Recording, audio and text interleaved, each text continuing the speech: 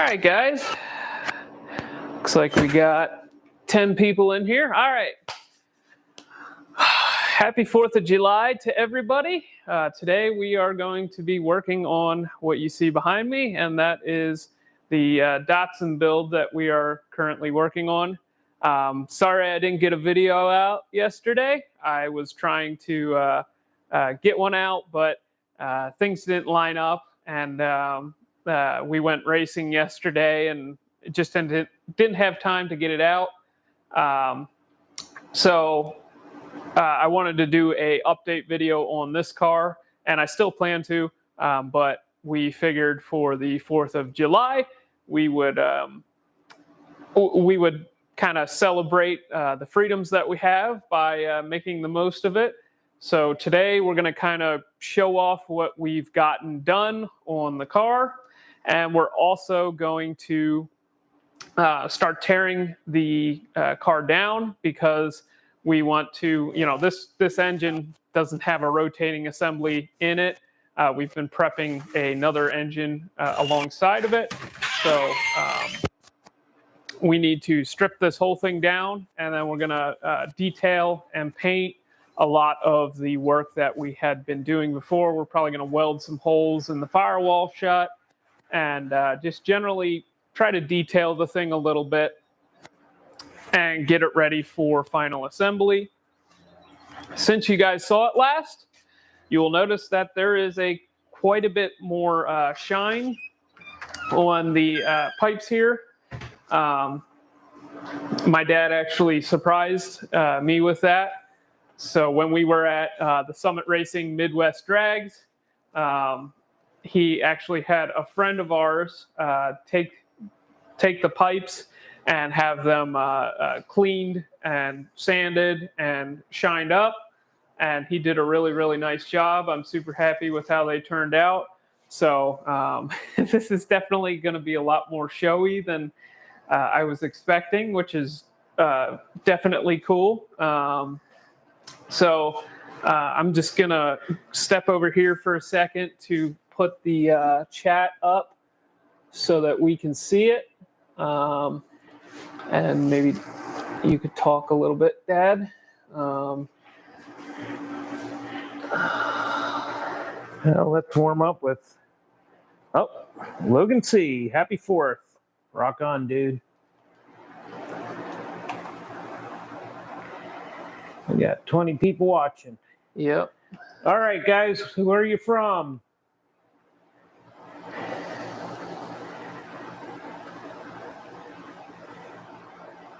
I only see one comment so far. Yep. I'm sure they'll be coming. All right, Nebraska.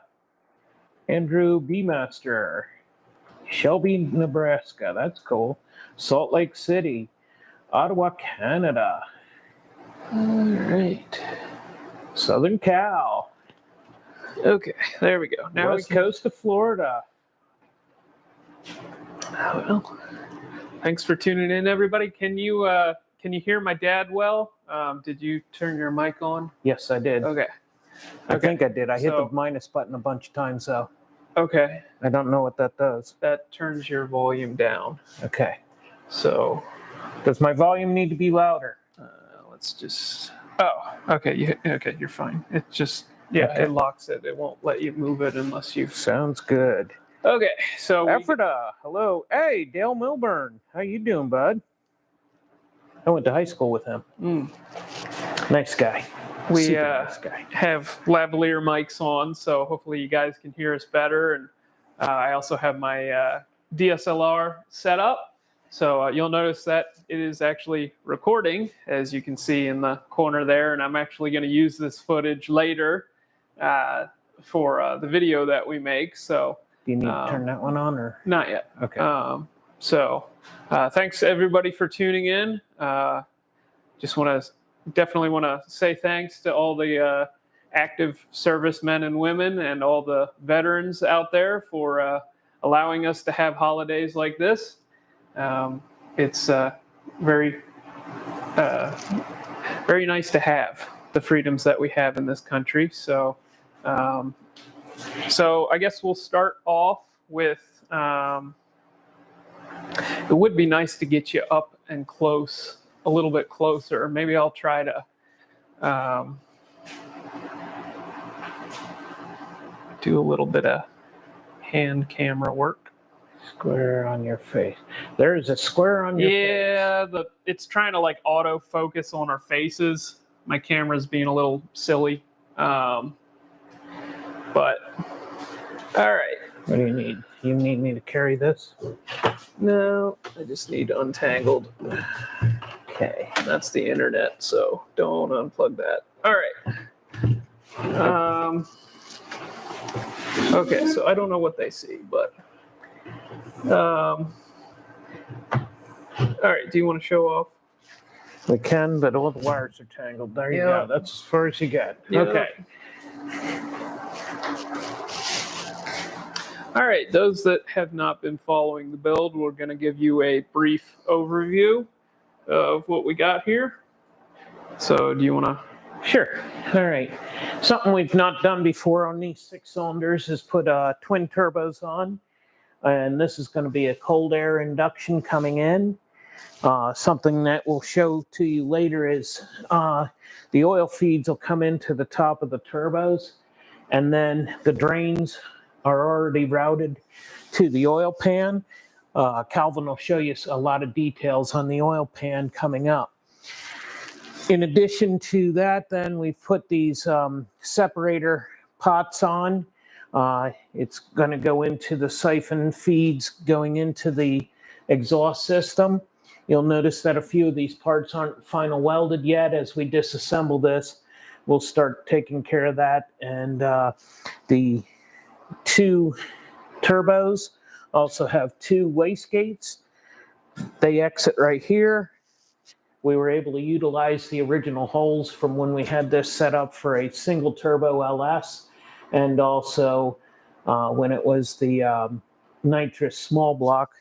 We just moved cut a little bit more of the hole in this area to make it all fit. So we kept the cooling system on this car. Some of our previous episodes show that we've set this up for methanol. The methanol pump is in the tank. We've got a filter over on the rail. It's going to come into this factory fuel rail that's been modified. Calvin had this piece made and he welded it into the intake. For those who've been following the channel for a while, you'll recognize this as the intake that came off the Studebaker. So it'll be dual fuel. It'll have ethanol blend fuel, flex fuel here, and methanol fuel here. And that's why we don't have a intercooler on this car. Some of the things that we'll show you a little bit later on is we're going to have solid lash adjusters on this. And it's got the regrind Schneider cams, the factory cams reground by Schneider. And we go into an electric water pump. The fuel is regulated on this end, comes down, regulator will be set right here. Monkey Fab helped us out with the Y that's sitting here. Previous episode, we detailed the fabrication of the cold air intake. And we've got a lot of work that's been done to it and a lot of work to do. Yep, and also all of the lines that you see, all the black lines that you see throughout the entire car, those were all sponsored to us by Monkey Fab Garage, so big thanks to them. As far as PTFE fuel fittings and hose, they're pretty much the most affordable in the market, and they provide very high quality stuff. And I'm a big fan, obviously. To be honest, we'd be buying from him either way, but you know, it's nice that we can have him help us out with it. So another sponsored item that we have featured right in the front here, Black Sheep Industries, the guy's up in Canada. He sponsored us with a blow-off valve. If you guys aren't familiar with their line of products, they're trying to do pretty big innovation in the wastegate and blow-off valve segment of the market. They're actually doing a O-ring style wastegate instead of a diaphragm, and they make some really neat stuff, so definitely go check them out as well. And my dad just pointed out that we just got a donation. Thank you, Dark Blaze. Happy 4th to you as well. I guess before we answer the question, Wolf, on the goals in the quarter, first our goal is to get it to go faster than a 5:26 in the 8th. We hope to do that in Sikeston, Missouri, when that race comes up on the 30th. At that point, we're going to decide how far we can push a pure stock bottom end. As far as we know, the fastest, quickest stock bottom end straight 6-powered car has gone 5:26. So that includes like any straight 6, like 2JZ, you name it. Like that as far as we know, that is the quickest. So it's hard to research that out because you get barraged with fastest stock bottom end LS stuff at a very high volume. So having heard of the most recent record being eclipsed for a 2JZ, that certainly put a big bullseye out there. So back to your question then, after we run Sikeston, we are going to talk seriously about, is this the car that gets the ported head? Do you want to talk about the Pistons? Yeah, I guess we can. Okay. So how many weeks ago was that? 3? Well, 2. This has been a crazy month. We have, in 1 month, we've gone to Street Rods, Midwest Drags, the race for Ronald's house, and yesterday we were at a race at Beaver Springs. And in the race at Midwest, Yeah, so we went to the Summit Racing Midwest Drags, as you guys saw videos on already. And while we were there, the guys from Molly Pistons were there. And if you guys don't know, these engines have Molly pistons in them from the factory. So I kind of brought that up to him and showed him the station wagon. And he pretty much fell in love with the thing, that the representative that was there. He pretty much fell in love with the station wagon, and he was like walking past everybody to come up to us every day. Not rudely. Yeah, well, no, he was. Yeah, I mean, he made sure that he stopped by and said hi every single day of competition to see how we were doing. So needless to say, he was a big fan. And so I got his contact information, and I started exploring the idea of them starting to make pistons for these engines. And so it's going to happen, basically, is the long and short of it. They are going to sponsor us with a set of forged pistons. I'm still not sure if we're going to put them on this one or a future project. As you guys know, I want to put a 4200 in my 57 Chevy, and that may be the final symphony for one of these motors. I'm very happy with how this one's coming out, but it's going to be a balance of which car is really going to need the forged pistons, depending on what our goals with the car may be. This car may go land speed racing someday. And, in land speed racing, at a minimum, you're probably going to be wide open throttle for 40 seconds. And so all that heat and stress and, abuse that you are going to be putting on your piston is going to be applied over a very long period of time. So having a forged piston would be very nice for that kind of thing. But we also may, the 57, I may want to try and make 1,000 wheel with it. So we just have to decide which car it is appropriate to get them. And, who knows, maybe we'll get 2 sets. So definitely. The ultimate goal for this car is to get it in the 7s. Yep. And a 526 does not translate to a 7. But if we can get to a low 5, we can get it in the 7s. Yep. And the hardest part's going to be getting to that point. So the long answer to your short question. Yep. And Dark Blaze asks, at Midwest, did you meet Cletus? We did not.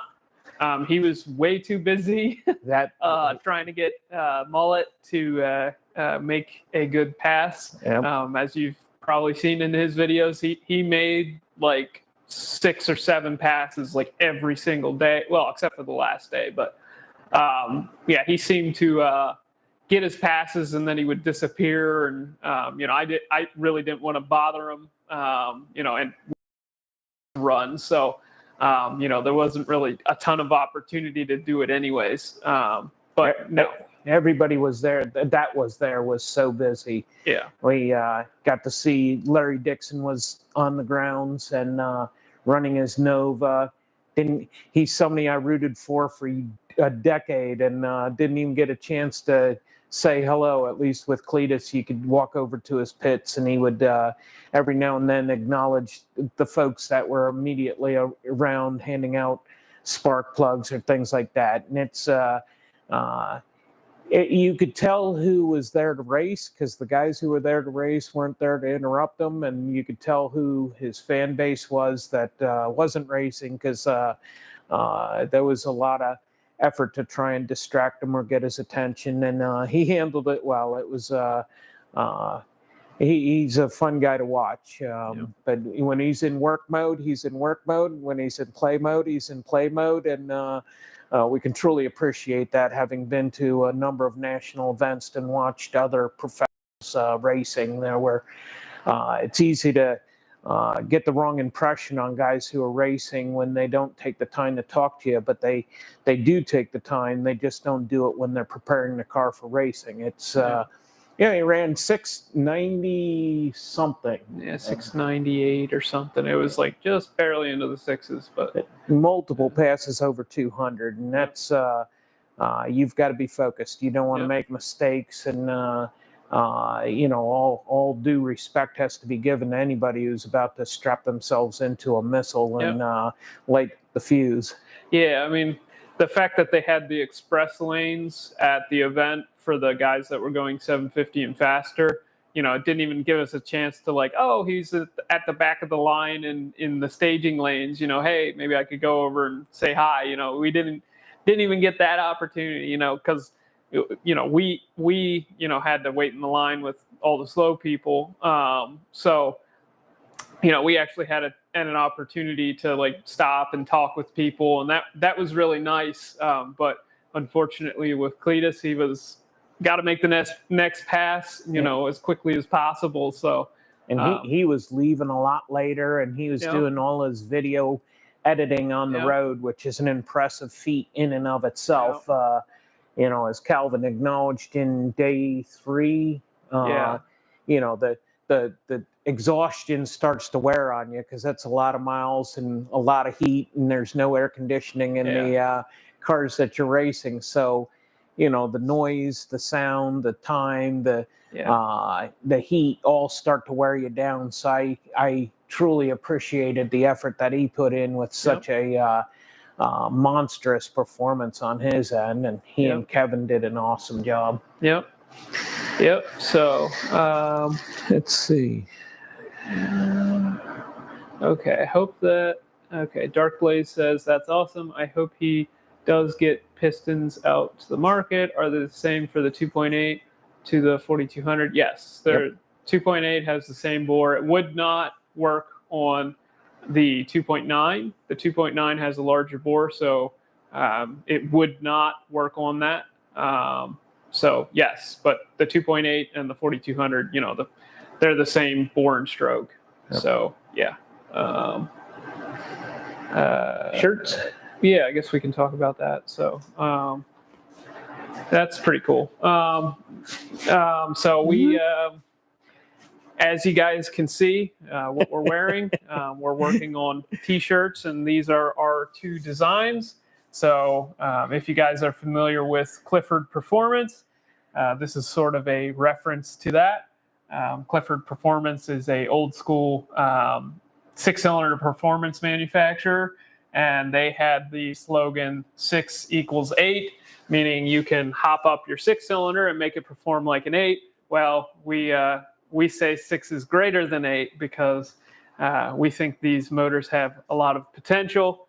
So that's our one shirt design, and then of course it says Nivlac 57 Research instead of Clifford. And then on the back, as my dad showed a second ago, it says, "Hey Clifford, you got the wrong 6." Never thought I'd be a fashion model. Yeah. And then the other design is just the Nivlac 57 on the front. We're actually probably going to make it a little bit smaller just so it's not so obnoxious. And then on the back, it has the Atlas engine, American 2JZ, Marabera, Norway, or the Vortec 4200, and it has a silhouette in the back. Hopefully you guys can see that. So we're working on getting these printed at the moment, so they'll be up very soon. Hopefully you guys like the designs, and yeah, we're really looking forward to getting them out to you guys. We were hoping to have them ready for Midwest Drags, but unfortunately that didn't work out. So is what it is. But yeah, if you guys are, I know a lot of you were asking about shirts. They're coming. So Fowler AJ85. It was great meeting you guys and seeing the Fairmont up close. Hopefully I'll see the Datsun at a race eventually. Yeah, it was nice meeting you too.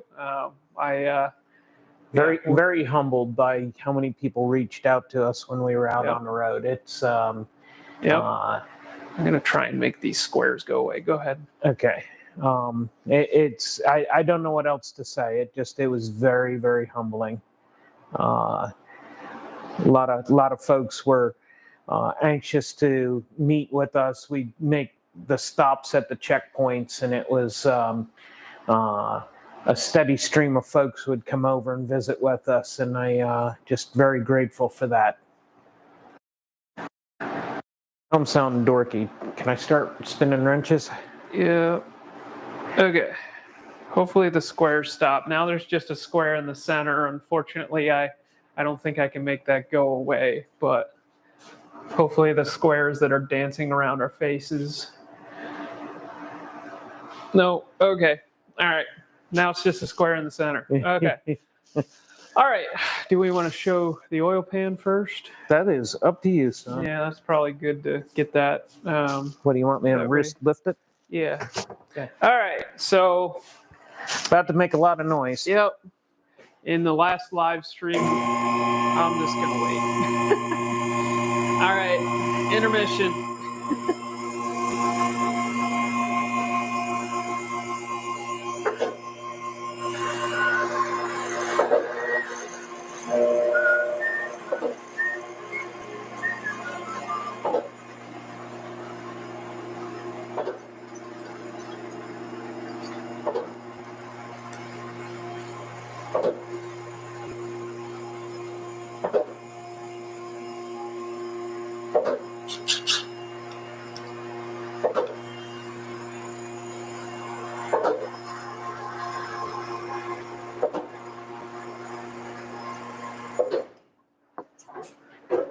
I'm just glad everybody accepts us as the dorks we are. Yeah. That way we don't have to pretend that we're not. Yeah. Okay, we're gonna pop this oil pan off so that we can show it to you guys. And I got the wrong size because the 10 and the 9 were mixed up. Okay. All right. Oh, I bet that sounded good on the ears. Yeah. Headphone users, you've been warned.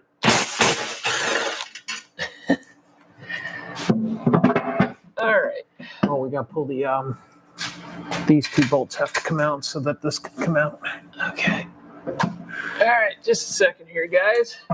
So in our last live stream, we teased that we were doing something very special with the oil pan.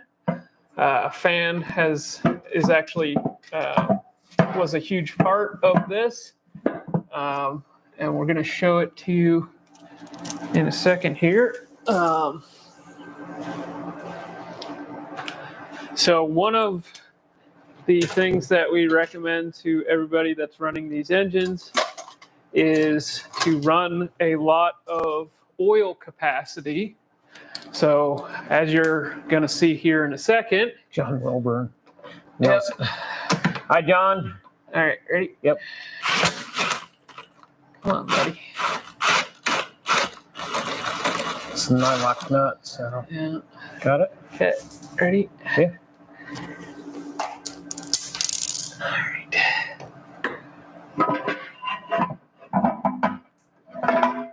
Got it. Okay. All right.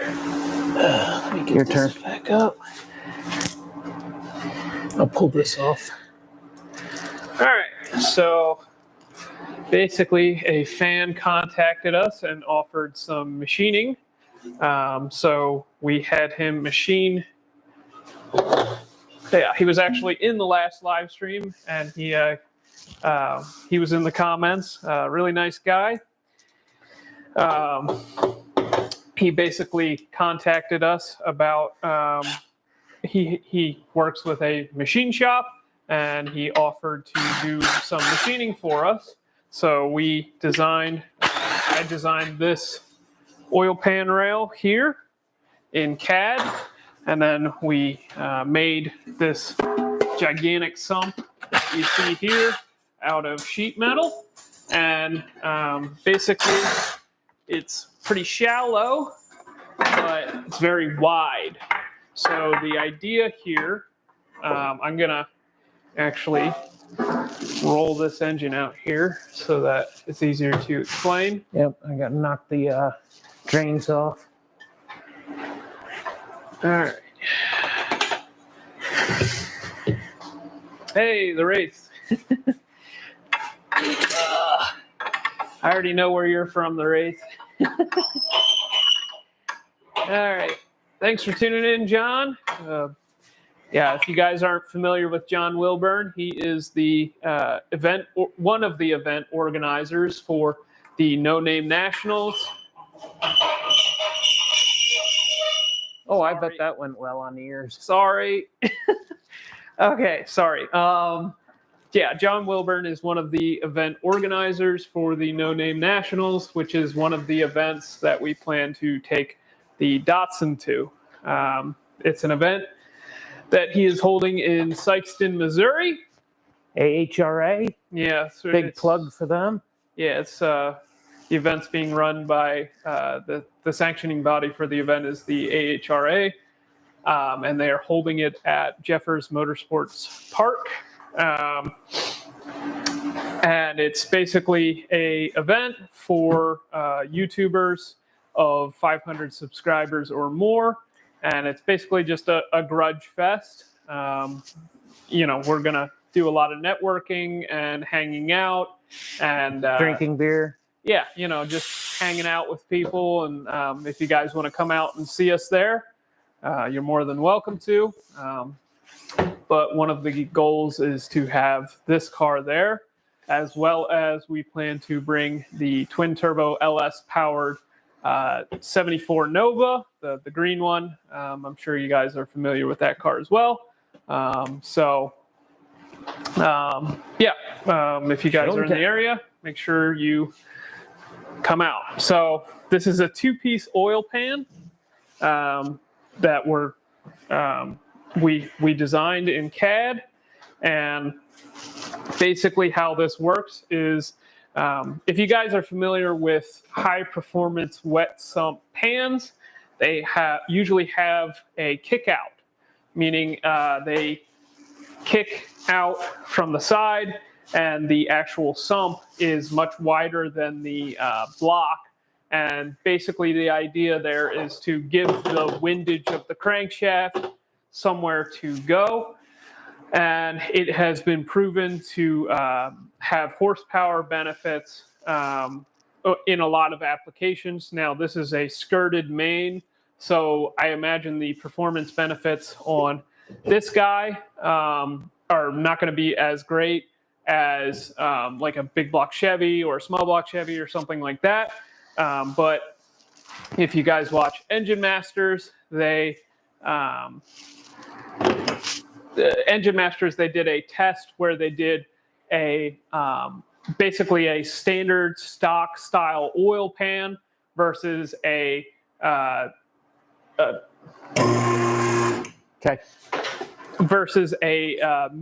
basically a standard sump sized kick out style pan.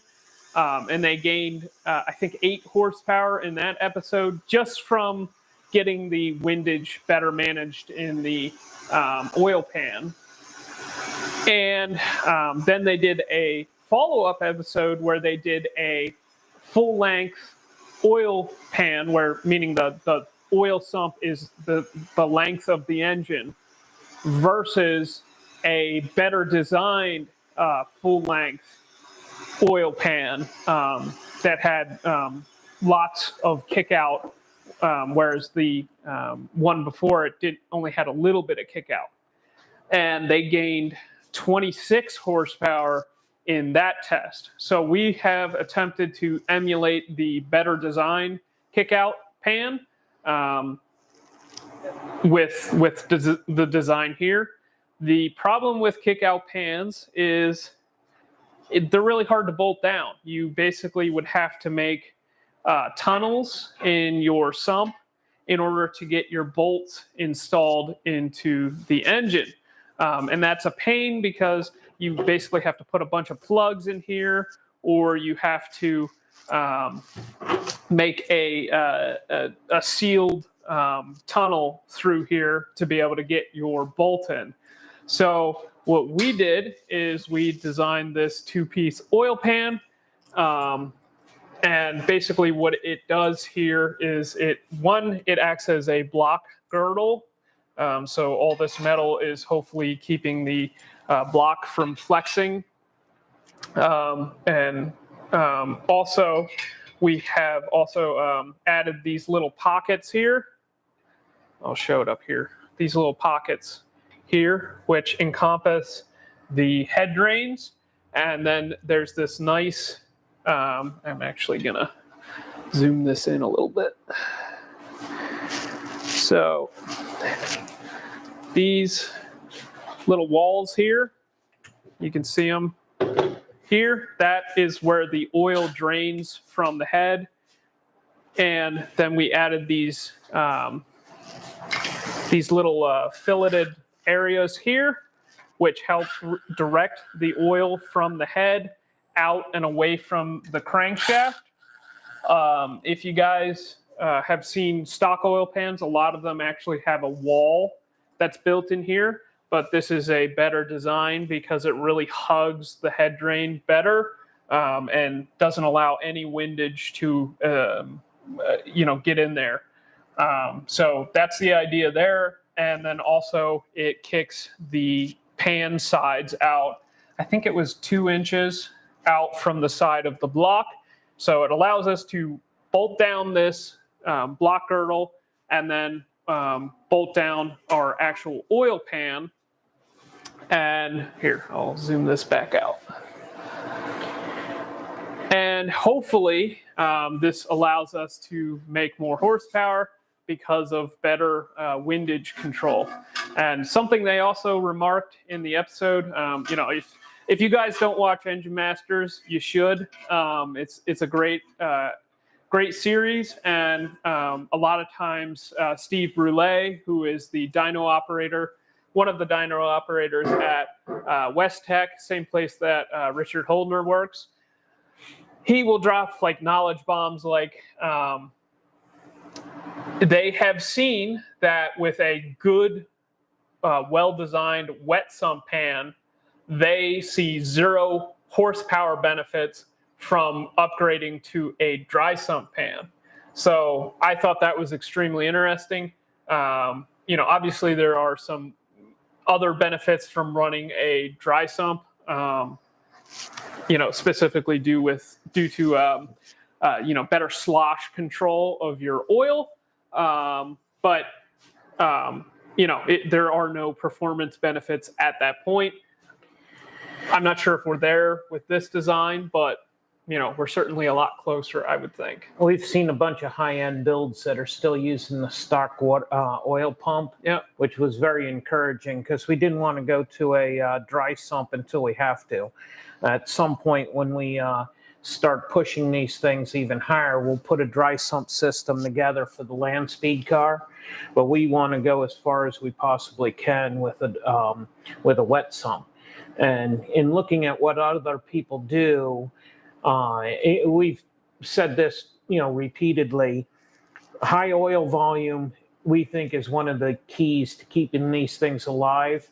But it was super encouraging to see that the front-mounted oil pump was adequate for some of the really high performance vehicles that we've had an opportunity to check out.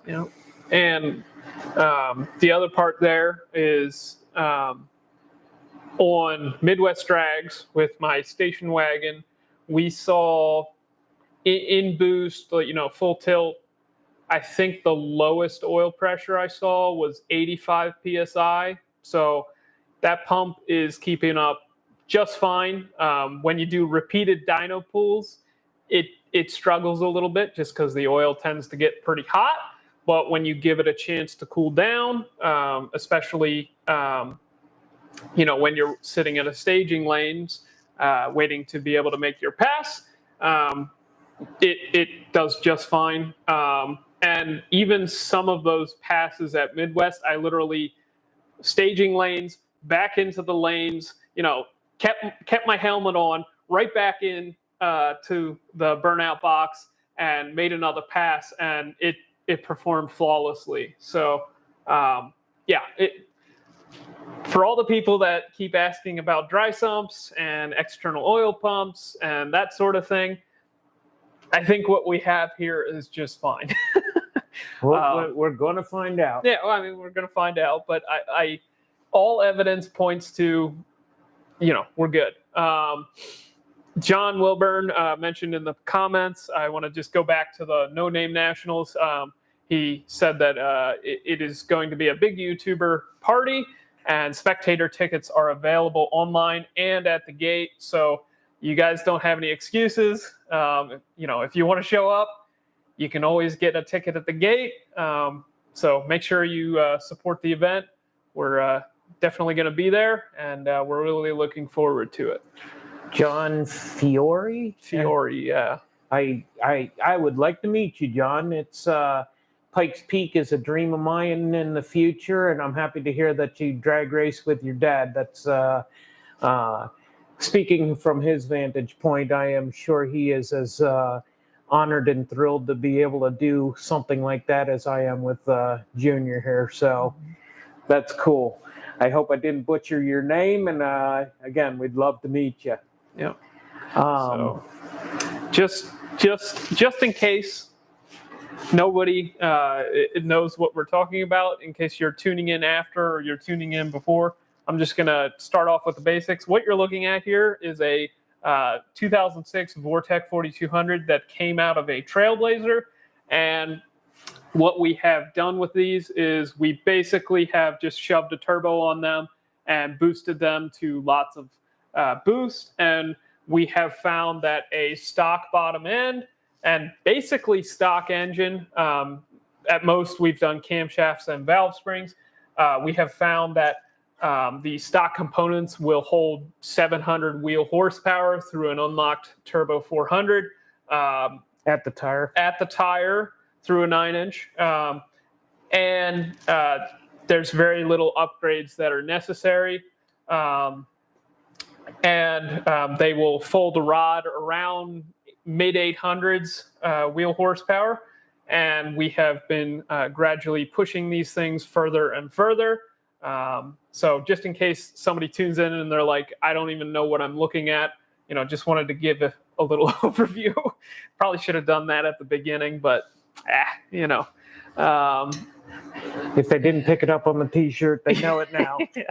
So this has to get modified yet. Just wanted to show where this is going to sit at. It's going to be more shallow than the 5-cylinder that this pickup tube came from, and it'll get extended further back. Yeah. Then when the pan gets finalized,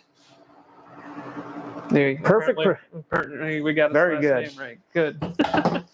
I'm sensitive to that. Believe it or not, it's many people have mastered the art of butchering names, and that's always a good way to lose someone's interest in what you're doing. Yeah. So when this pan goes on, it's going to have, and it's a tight fit. It's going to have baffling in here so that when we go into hard deceleration, like when the parachute comes out, the oil doesn't run away from the pickup tube. And we'll have the pickup tube centered in this area so that ultimately, as the vehicle way back, there, as the vehicle accelerates and the oil runs to the back, it's going to be in here, and it'll enter this area through the trapdoors. Then when you hit the brakes, all the oil won't run to the front because the trapdoors will flip shut. Yep. Yeah, it's just a standard style trapdoor system. The trapdoors for oil that's coming this way, the trapdoors will open, and for oil going this way, they will close. It's just like a little check valve, essentially. You want to keep the oil around the pickup because that's how the engine stays alive. So. Good morning, Don. Nope, you're watching a live one. Yeah. Where are you from, Don? Off the cuff. It's a question we ask everybody. Yeah. So. All right. Yeah, the super guys don't go dry sump until the 2,000 horsepower range. I didn't know that. That's good to know. I mean, we haven't had a problem with the wet sump thus far, and until we do, we're gonna. Well, we may do it before, but it's we're gonna keep doing it. So. Pennsylvania in the house times 2. So, John and Don. Peninsula. Dave K is from Upper Peninsula of Michigan. UP. Okay. I bet it gets cold up there. So we got Norway in the house. We got a bunch of Canadians in the house, and we got a lot of states getting covered here. This is very cool. Yeah. So. All right. Now can I go to work? Now that we've shown you the oil pan, we are going to start tearing. You want to just leave that on there and keep the dust and dirt out. Yeah. Or do you want to put the bolts in it, flip it over, and talk about the cams since we're not dirty yet? Yeah, I guess we can do that. So during our last live stream, we basically got to the end of it, and we got to the point where we're going to start Indiana setting our lash. As you guys saw, we are going with a solid lash adjuster in this engine. Missouri. You got to come to No Name Nationals. Yeah, there you go. Yeah, car camp. You better be there. Sykeston. Yep, Sykeston, Missouri. So there is a company called Skunk Works. They make, he does a lot of Ecotech performance parts. And one of those performance parts that he offers is solid lash adjusters. And these engines actually, I gotta loosen this. These engines actually share the same lash adjuster with, I think, the North Star as well. But they also share with the Ecotechs. So we ordered a solid lash adjuster kit. We actually had to order a 1.5 since this is a 6-cylinder. And he swears and declares that the solid lash adjusters will be worth some horsepower. Um, Tighten it so it doesn't. oh, Sorry. he swears and declares that the solid lash adjusters will be worth some horsepower, even with the extremely mild cams, or I call them mild, but they're just above 200 degrees of duration, and a 2JZ has that from factory, so I call it mild. So he swears that they will be worth horsepower. We want to do a true A/B comparison where we compare a hydraulic style with a solid style, just because the solids are really a pain. Took 2 days. Yeah, it took 2 full days of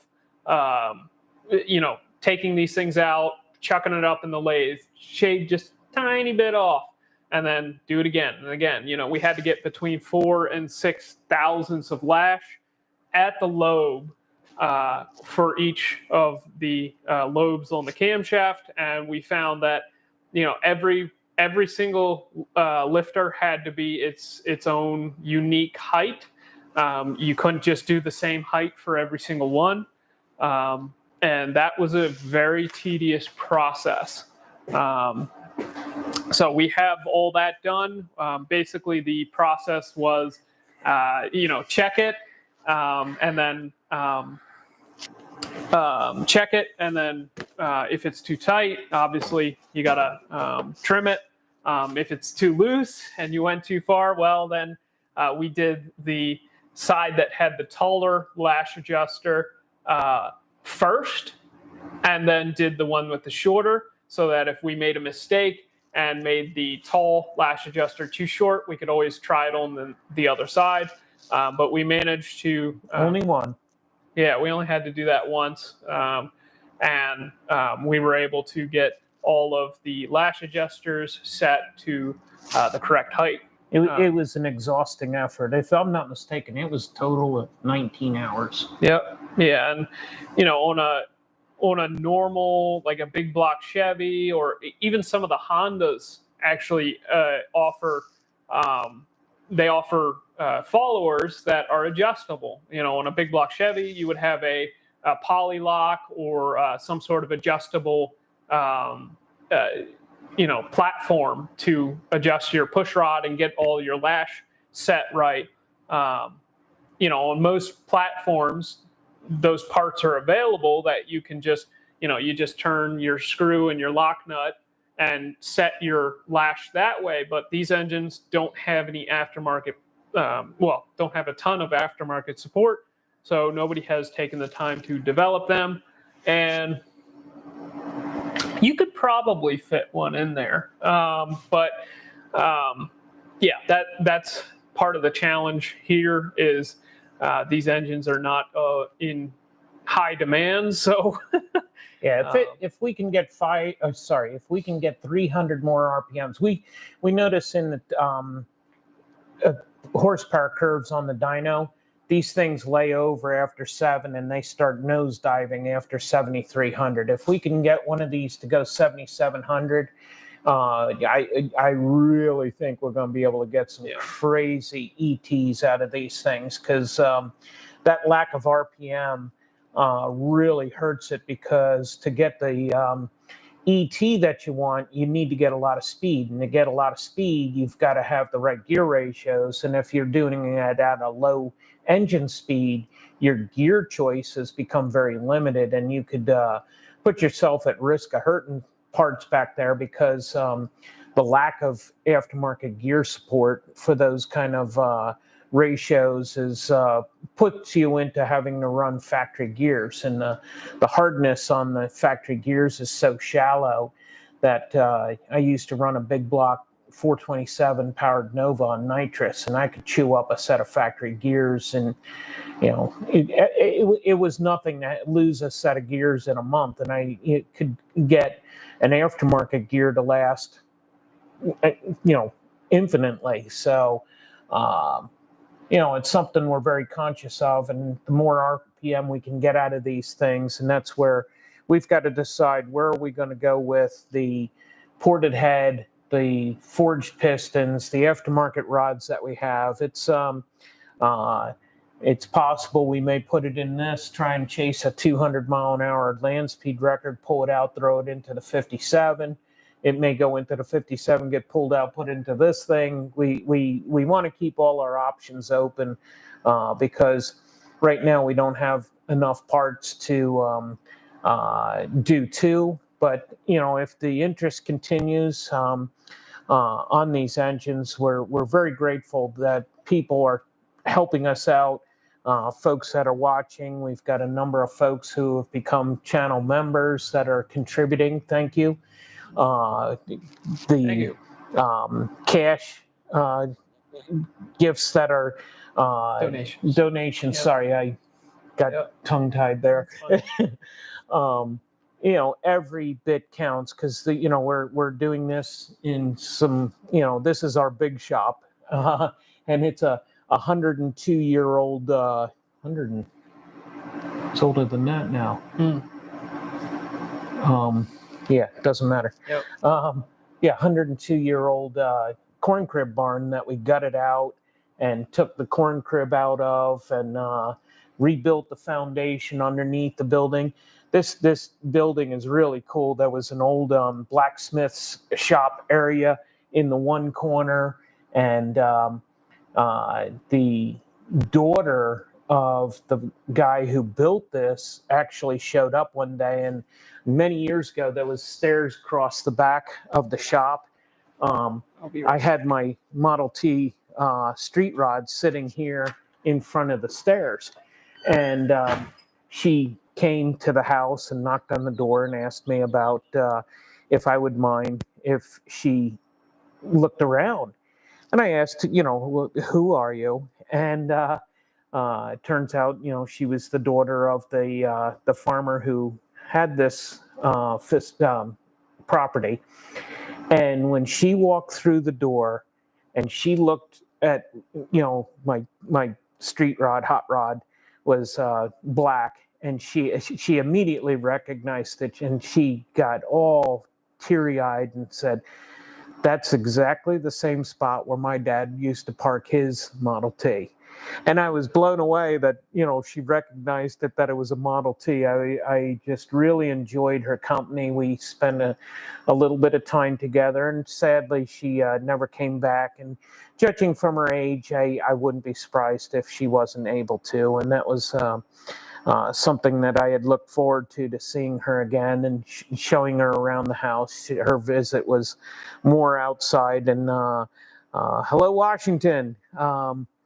It was neat. The house that Calvin lives in is the original farmhouse, and I don't know if we're having technical problems. Movie. I need to let Calvin know that we got a technical challenge here. Hold on, everybody.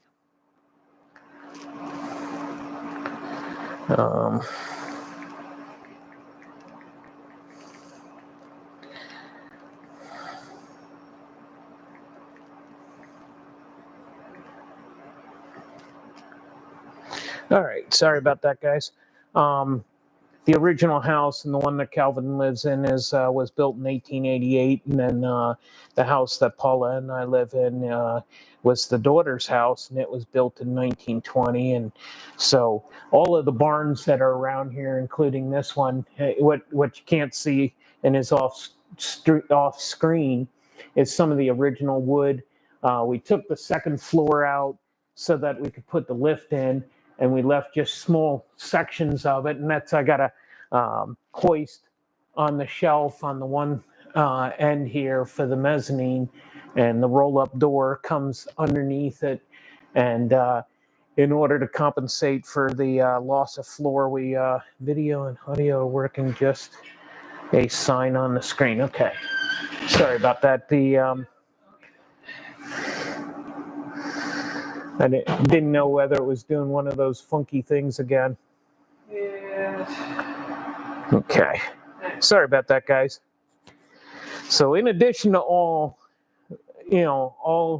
that we're doing on these, I'm going to switch out of the barn. I was babbling about the barn that I love so much. Oh yeah. The other projects that we've got going on the Atlas engine include some manual transmission stuff, and Yeah. I'll let you introduce that. The Wraith, he says, I wonder if you could weld to the stock cam and then regrind them to get more duration and lift out of the stock units. That may be possible. However, I really think that we need to start getting some aftermarket cam manufacturers to start supporting these engines.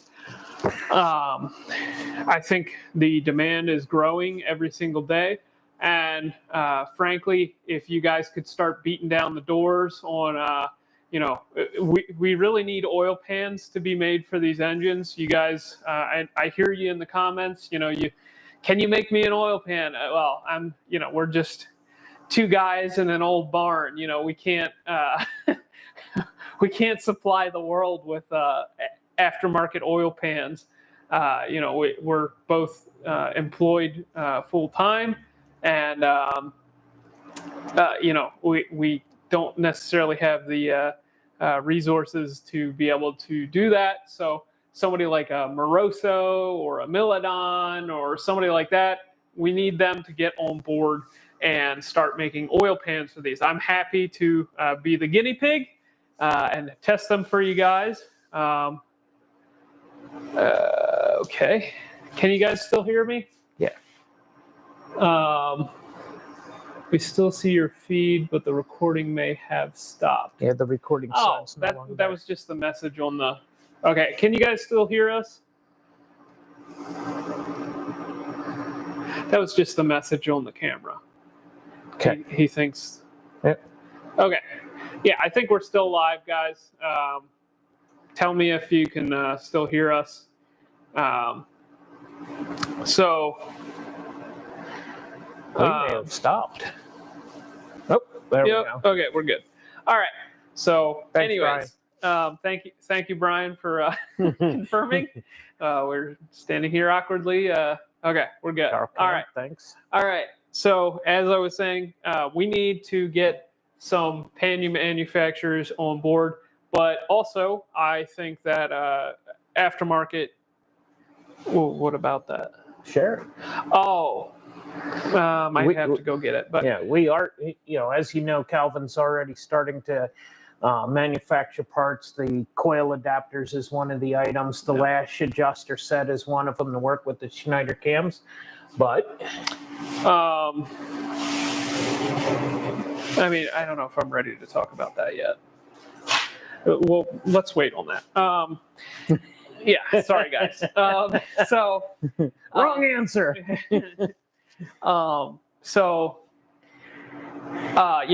There's also some people that I'm already working with in the background that are going to start offering parts for these engines, hopefully in the near future. So I think you guys are going to see a lot of new stuff coming out for these engines, and we need to continue that. One area that would be really nice to see some development in are camshafts. So as you guys know, we plan to do a 4-cylinder build on one of these engines at some point. If you guys don't know, this is the Atlas series engine, and it had two little brothers. It had a 5-cylinder and a 4-cylinder that came in the Colorado Canyons and some of the Hummers. So we plan to do a 4-cylinder build at some point in the future. And the reason that we want to do that is we want to, and this may come down to some help from you guys, we want to start getting cams made for these engines. And we think an excellent place to start would be with a 4-cylinder. And that is because we already have the blanks. So, one of the big hurdles for dealing with a aftermarket cam company is, a lot of the comments that we get is, well, if you had blanks, it would be a lot easier. Well, we happen to have some camshaft blanks for a 4-cylinder. If you guys are familiar, there's a guy named Sumner who was doing a land speed build with a 4-cylinder Atlas, and he actually had those cam blanks made. And unfortunately, he's getting up there in age, and he can no longer pursue that effort. So he actually contacted me on my YouTube channel, and he basically said, "Hey, you want to buy all my old stuff? I want to see it go to somebody that's actually going to use it." So we worked out a deal, and I bought a lot of his old Atlas stuff. And one of the things that came with that are cam blanks. So, if we can remove that as an excuse from a aftermarket cam manufacturer, let us be the guinea pig. We're already supplying the most expensive part, I would think. I'm sure the engineering that goes into it is going to be expensive as well, but perhaps that would eliminate a hurdle for somebody that wants to start making parts for these. So we plan to do a 4-cylinder build, probably as our next build after the Datsun here. We'll see. We're still working out the details on that. But that really gives us an opportunity to hopefully start developing. Obviously the goal is to get cams for the 6-cylinder to be made at some point, but the nice thing is the 4 and the 5 have the same valve train geometry, so it's just changing the angles of the lobes to make it work on the 5 and the 6 cylinders. So we definitely want to get to the 8,000 plus range on the 4-cylinder to be able to chase the goals that we already have for that car. And that's going to be a fun build. Yep. So we're, obviously we're in for the future development of the Atlas. Man, I hope you guys are excited by that. We like to share a little sneak peeks on our live streams. So thanks for tuning in, everybody. All right, Dave K, I know you guys are busy, but maybe you can work with someone to build these pans for you, and you can market the items like the pans, etc. Yeah, I'm all for that, Dave. That's kind of what I'm hoping. The problem is I go to companies like Moroso or Milodon or that sort of thing, and what they tell me is we don't see any demand for this product. So it really comes down to you guys need to, send them emails, get on their social media, that sort of thing, and just show them that there is demand for stuff like this. I'm sure that they are more than willing to branch out and make new products, but if no one buys them, that's a ton of investment, especially if they don't have something they can easily adapt. I can help them out with CAD drawings and that sort of thing, and give them my advice on what we think is a good design and that sort of thing. But if nobody buys them, then that's a lot of money that would be wasted on their part, and their business. They got to make profit. If they don't make profit, they can't keep making parts. So yeah, you guys need to start beating down their doors, and we want 4,200 oil pans. That's I need you guys to help me out here. I can't do it myself. We can't be the the only ones showing that demand, especially when we're making our own stuff like this. It's we have the time, the skills, and the ability to be able to make it ourselves. So, they need people that are going to actually buy it. We're going to do a straight 6, a 4200 swap with a manual into something soon. So we actually want to do a tutorial on what it takes to make that happen. Yep. Bad Tree, happy 4th to you too. I hope you're spinning wrenches and got us on in the garage with you. Yep. Enjoy your videos. We do enjoy your stuff. Yep. Fat Guy Garage. Do you think the 4.2 would have a chance of fitting in a 4th gen Camaro? Absolutely. Yeah. Got a torch? Yeah. Welder? I think the problem is hood clearance. Yeah. These engines are pretty tall, and especially right here in the front. Yeah. You'll need a hood scoop, and you're going to need a very shallow pan, but it should work. Yep. Shift head. Yeah, I mean, the nice thing about a 4th gen is they already have a decent amount of engine setback as it is. So, yeah. Do you have anybody on there watching for any of those attacks from the goofy people? Somebody helped out last time. I was going to kind of, if it happens, we'll deal with it. All right. If we get attacked by anything, we may have to jump sideways, folks. I just want to forewarn you. The last live stream, we had people jumping in the comments and posting links to all kinds of stuff and, just being troublemakers. But hopefully we don't have to deal with that today. The front sump pan. Go ahead. Hey, Wraith, would you mind being a moderator? Do you think you'll be tuning in for a little while? Just in case, people pop in and start, spamming and stuff. All right, we'll wait for him to reply. The front sump pan, we know on these engines. Bad Tree. Yep. John Lewis, is the front sump pan bad? I got a few JDM cars that are front sump and would be okay with me if they are good enough. I don't know how the drain back works on those, and the big problem with these engines is oil gets caught up in the top of the engine and doesn't drain back. We know that on the Chevrolet and even on the LS, once you exceed 1.6, was it? Yeah, once we broke the 60-foot threshold, we were having bearing problems, and we modified the pans and the pickup tubes and ended that problem. So, whether the JDM style cars would have the same problems or not, I don't know. But you will not see a front sump pan on a car that we put together. Yeah.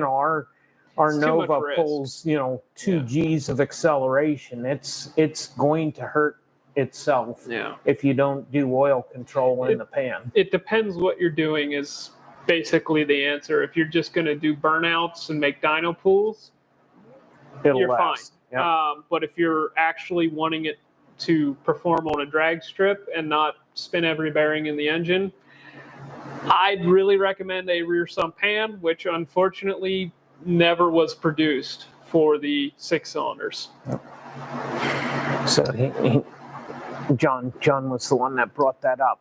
He's not drag racing, and we're actually thinking about doing a rear drain on one of these engines too. There's enough material right here that we may be able to get it in, and fortunately there's enough room on this car that we may do it, but we may also wait for the next car to do that on. For now, we're primarily focused on oil pan volume. Yep. So the other thing with the front sump pan is it's not very high capacity. We've run as low as a 7-quart oil pan for burnouts and dyno pools, as I see that as your goal. 6 quarts, you're probably still okay. But if you're going to be making, long pools at the drag strip, then it probably makes sense to go to something else. But for what you're doing, it probably will be okay. Obviously, no guarantees, but so there you go. Okay, so I think we're all caught up. So happy 4th to everybody. We're going to start. So we're going to start taking this apart. We'll probably, yeah, let's get this one first. All right, headphone users, it might get a little loud. I'm sorry. If you see these two ports, this is the drains for the 2 turbos, the oiling, the turbos, the drain. Yep. Yeah, we added a little AN fittings there. So we're going to stay live here. If you guys have any questions, make sure to leave them. We'll be happy to answer them. We're probably going to show you guys things as we work here, just little tidbits that maybe you can't see as well in our other videos. All right. So, yeah, let's show them that. So, right off the bat, this thing stays in position with a register that's adjustable here. All right, hang on. Let's put the, okay. Yep. So my modeling career started. So yeah, that's a single 6-inch inlet to a dual, actually, can we put that back on? So that's a single 6-inch inlet to a dual 4-inch outlet that wires off to our 2 turbos. I'm actually trying to film a video here while we're doing this live stream, so I wanted to make sure that the camera was recording. So you guys will see why I'm doing what I'm doing. The production has started. Yeah. So, all right, now we can take that off. Oh, thanks. You're killing me. Yeah, I know. All right, so take that part off. So the 2 turbos that we are running on this car, they are a Chinese GT35-82. They're just a cast wheel GT35-82, a 62 essentially, 62 millimeter impeller, 62 millimeter turbine. Yeah, so in case you guys are wondering what turbos we are running. So,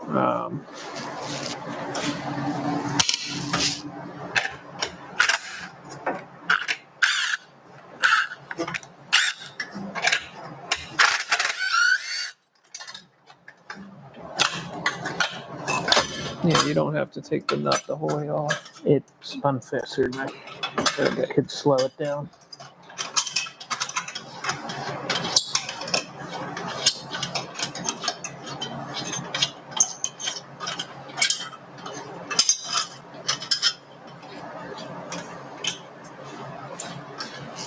All right.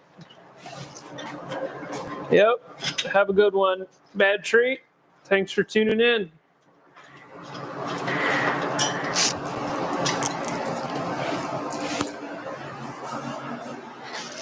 All right.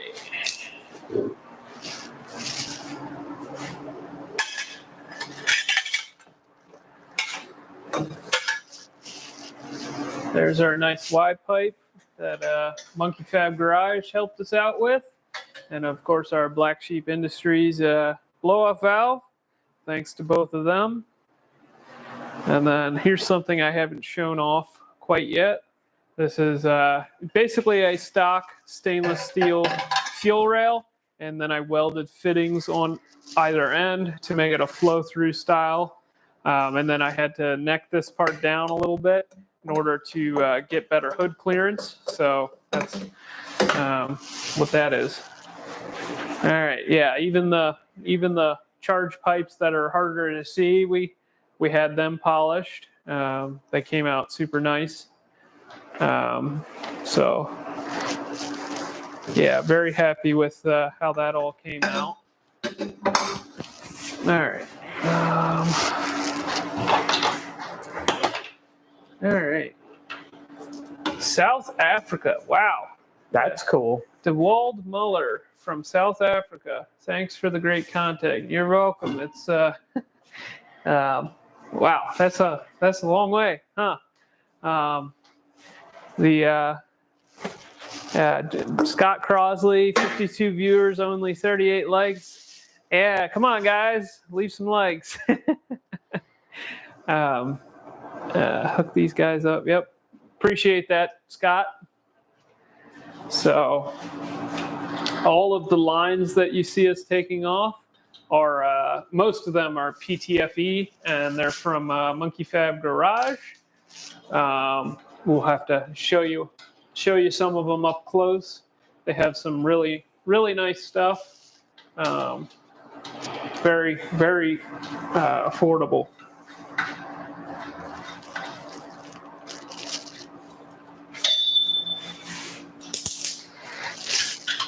Sorry about the clanging and banging. Yeah, so our goal with the fabrication on this is we tried to get all of the holes and that sort of thing that would pass through the firewall or be in the frame rail.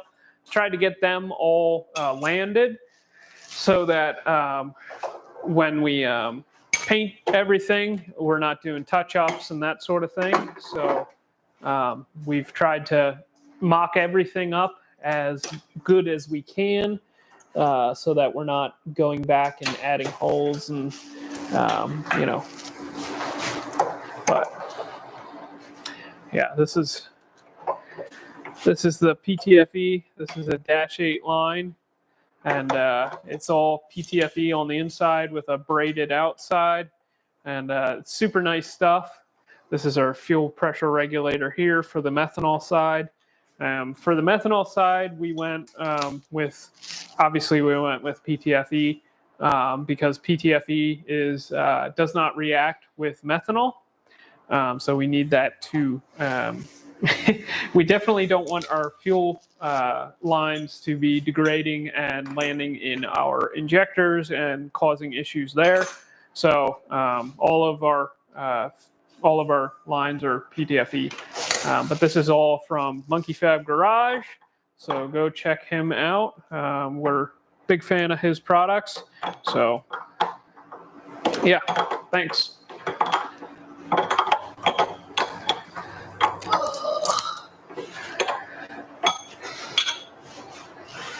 All right.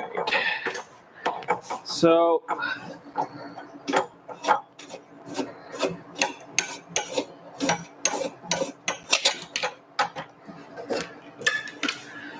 the crankcase vent on these engines, there's a crankcase vent on the valve cover, and there's also a crankcase vent on the intake flange that passes through the intake flange.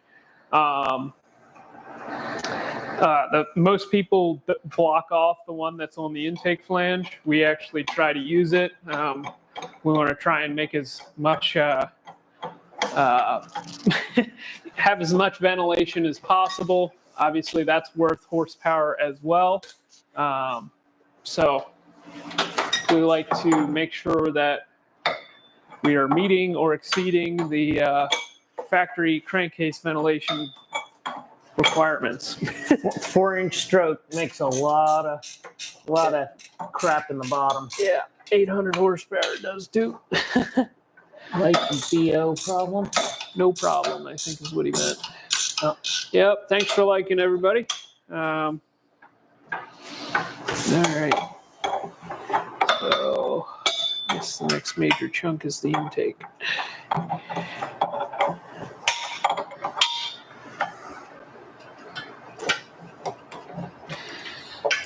Is this disconnected? Yeah.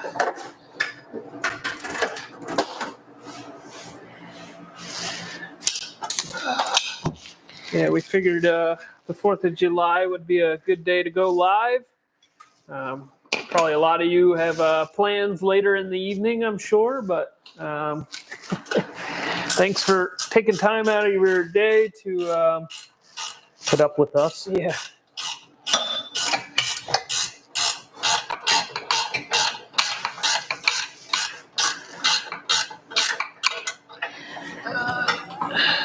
Jiblank or look, that's hard to read.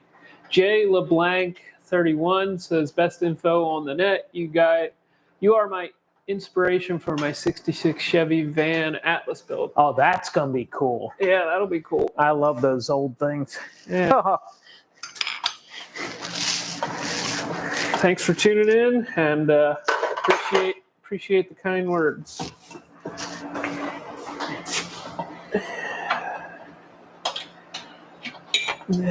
So we have 2 air oil separators here on the firewall that my dad's working on, and they're going into some exhaust evac ports on the exhaust. What? Oh. No risk of that. Yeah, air round, AA round, whatever. However you pronounce your name. I assume you're just Aaron. Just gave a $15 donation. Thank you very much. That's Thank you. Yeah, thanks. Don't blow your fingers off tonight. There's no risk of that. We're spectators at best we're if we're usually awake. Spectators. My dad, or my grandfather, my dad's dad, was the pyro of the family, and yeah, unfortunately he's no longer with us, but yeah, he was definitely the pyro. So we like to keep the combustion on the inside of the engine. Check this thing out. What we did here is we've got a water pump on the other side. Oh my God.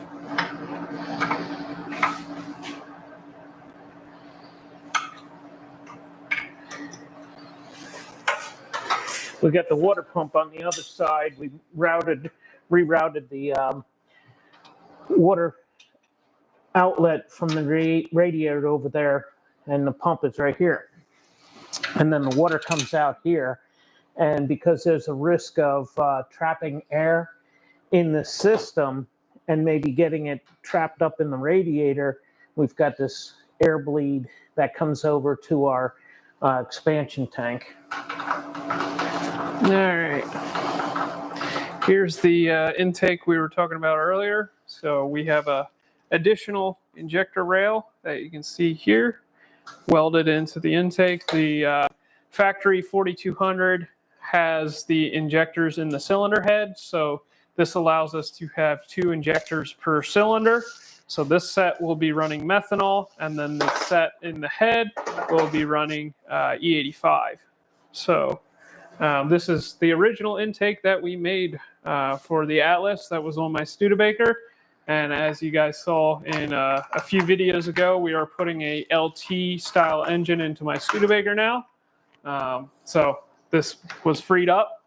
I also added a port coming off the where the crankcase vent on the cylinder head is. And that routes into one of the catch cans that is on the firewall.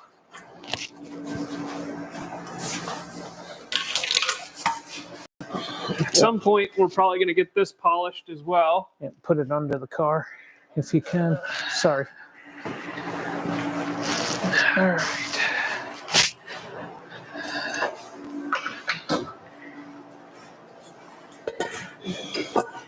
It's in the South Africa, 4th of July. I'm sitting at work, stealing a few minutes, can't miss a live feed. Thank you. Yep. It's yeah, I'm sure your Independence Day is probably a totally different date than ours, but yeah. Thanks for tuning in. All right, I'm gonna have you step away at some point here.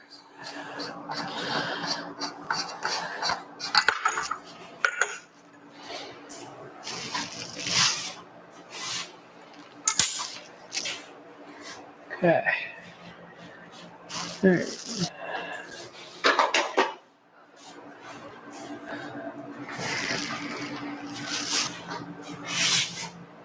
$13.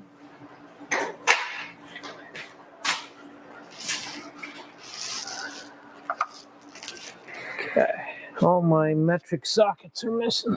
All right. Feel free to ask any questions that you guys might have. We are happy to answer any questions about other engines or other, drag car Every form of setup. racing. Yeah, my dad's been racing for a long time, so if you have chassis setup questions or anything like that, that's definitely happy to answer those as well.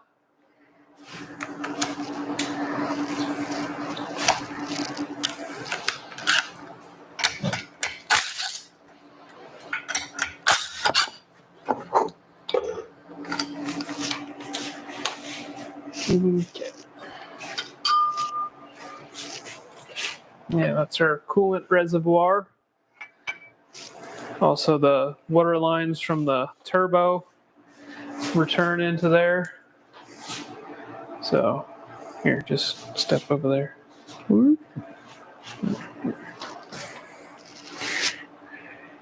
Okay.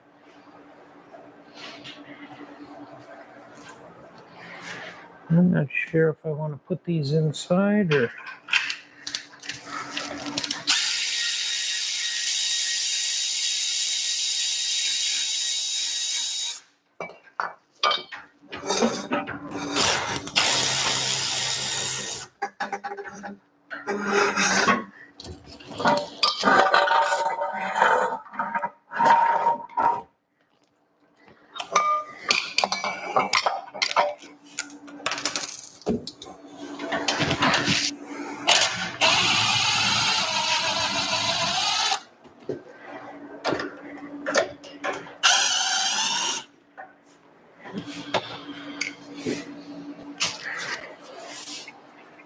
There's a question about to pop up. There we go. Hey, you guys. What would your go-to trans be for drag racing and drive events targeting 850 in a 79 two-door Fairmont 5.3 LS single turbo build? Well, we had very good fortune with the turbo 400 that was in Calvin's wagon, and he ran 950. Couldn't get the 8 that he was shooting for. With an 850, your speed is going to be very fast, so your gear ratio is not going to be putting a huge demand on the engine traveling down the road.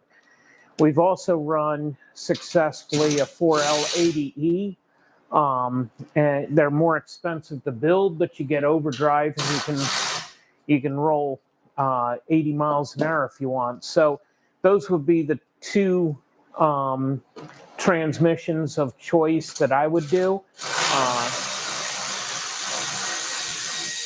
Depending upon what gear ratio you end up with, I would calculate what your speed at 60 is and decide whether you can live with that.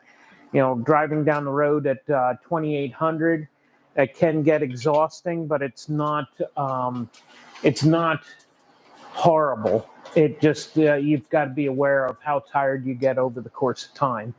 I've got 350 gear, a rear gear as of now. Okay, just make sure that on the 350 gears, that's actually the ratio that I ran in the gasser that we used on Drag Week in 2013 and 2014. Had I to do it again, I probably would have gone with a 325. We were running a big block, not huge, but bigger than stock, 496 cubic inch. And I ran with 28-inch tall tires. Those 2 years, we were in Oklahoma, Kansas, Texas areas, and we went north the 1 year from Bowling Green to Indy and then out west. The other year we went south, and You definitely get exhausted if you've got more than 300 miles to go in a day. But if you consider the event that took place here, 2019, was in Virginia, Cecil, Atco, and down south, 350 would have been perfect for that because your travel speed would have been lower and your distances were shorter. Good morning, Dave. B1. Where are you from? That's Dave, the guy that helped us with the pan. Oh, Yeah. sorry, I didn't recognize his screen name. Yep. We got showing it off earlier. Yep. Yeah, you were a rock star and didn't even know it. Yep. Thanks for your help with that, Dave. So Dave is the guy that helped with the oil pan.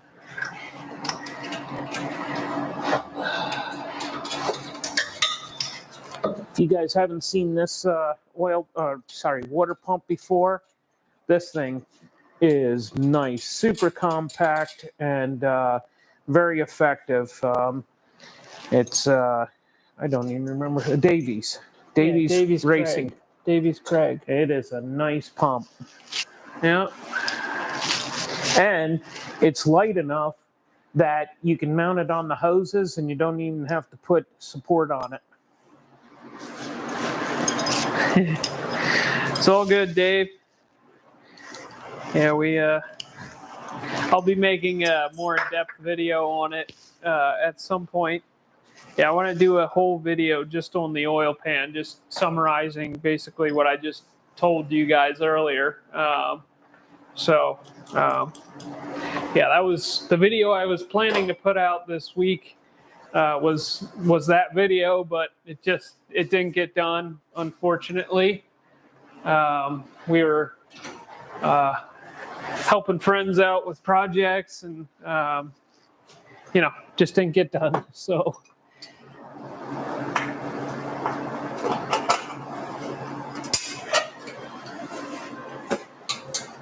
All right. Dr. Art's Hot Rod Shop and Rehab says, Happy 4th, everybody. The Datsun is going to be badass. Yes. Happy 4th to you as well, and to everybody out there. Yeah, I'm hoping it's going to be a fun car to watch for everybody, and I hope it puts a mark on the industry. Some of the things that we're going to do, since we've got this external electric water pump, is we're going to actually put the water pump in without an impeller and use that to seal this and also to operate like an idle pulley. And then this idler pulley, we're going to use this by putting spacers in here to be the belt tensioner. Uh-oh, Mom just showed up. The momster's here. Everybody Look out, stand at guys. attention. Everybody behave yourself. Hey everyone. Hope everyone's having a nice 4th of July. Yep. Well, they were. You just blew the party. Aye, aye, aye. Yeah. Oh. Hope you had fun swimming. Yep. Good. I swam 70 laps. 70 Wow. laps. That's a What's lot the of goal? 50? Or, 100? No, the goal's like 50 or 60. laps. Okay. What? The goal's like 50 or 60.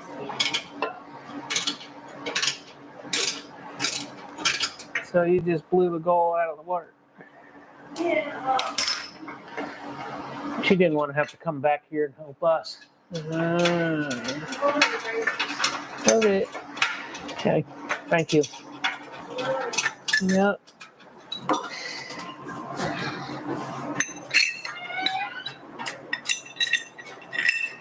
All right.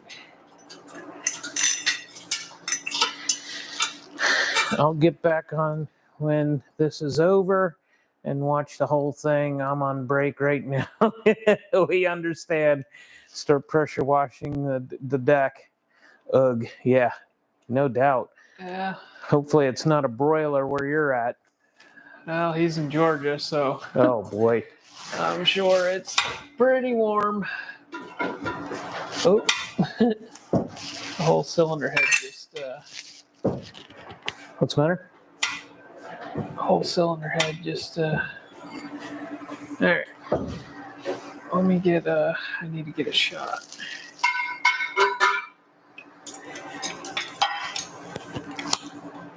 Ugh.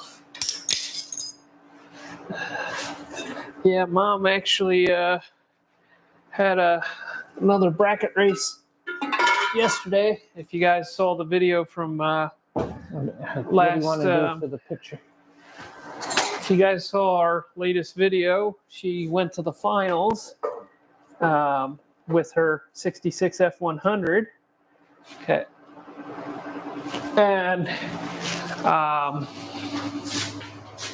at the race for the house, she went to the finals.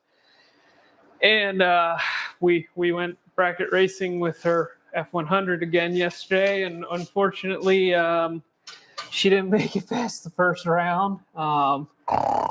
Well, she caught a better light than the guy in the other lane, but her dial-in was 1282, and she went a 1274. Yeah, so she broke out pretty bad. She, had the guy covered, but it's hard to judge the stripes sometimes. And my dad was actually trying to get a hold of me to drop her dial in before the pass, but I was there was a sudden weather change, and I could feel it, and so I started watching the other cars, and they were all running out. So I tried to call Calvin, but he was next to the burnout box, so he didn't hear the phone ringing, and missed opportunity because she was chopping folks off very well with her limited experience, and she dropped it down to 0.09 seconds. But unfortunately, he had a better light, and I thought his light was worse. No, he had a 0.10, and Mom had a 0.13. Oh, okay. Well then, I take that back. I thought, okay.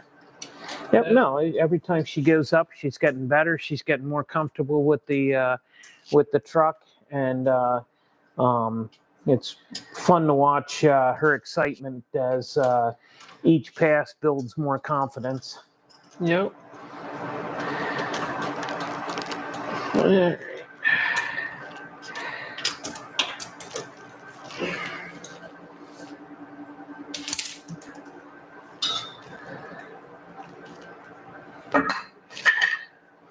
That's right there.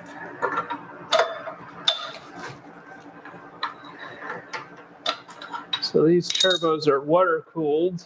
If we didn't mention it earlier, so they have two inputs and two outputs. So a whole bunch of stuff going on in this vicinity. All right, let me get this chuck back in there. Okay, it should hold itself. All right.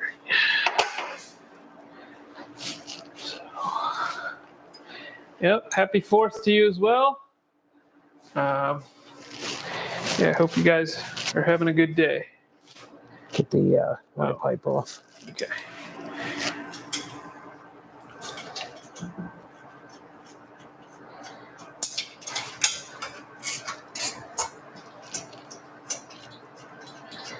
I'll hold it until it stops rocking. Yeah.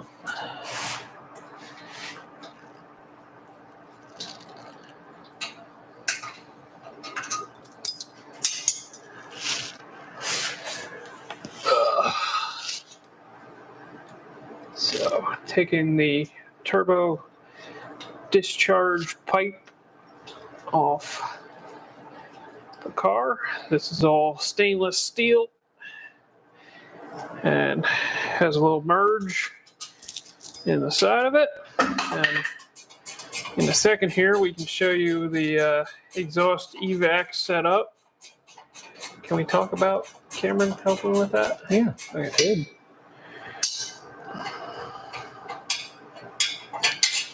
good. All right.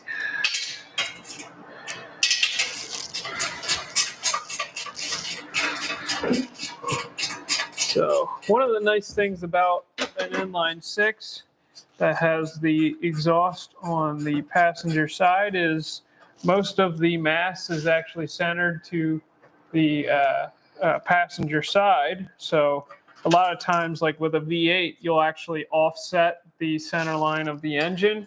Since they're symmetric and the center of mass is usually in the center, you'll offset the engine by half inch or an inch or 2 inches or 2 3/8, like Ford. yeah. So the idea there is to offset the weight of the driver in the chassis. But with an inline six, the center of mass is already over to this side. Most of the heavy stuff on the engine is on the exhaust, especially when you start adding turbos and stuff. And intakes are usually made of plastic or aluminum. So one nice thing about for a, I guess any car, is your mass. Okay, the message on the screen, I'll fix that in a second. Hang on, guys. We're still live. It's fine. Yeah, I have the streaming camera recording us at the same time as we're live, so I'll fix that in a second here. Okay. So that's one nice thing about an inline engine is your mass is already shifted towards the passenger side as is. Okay.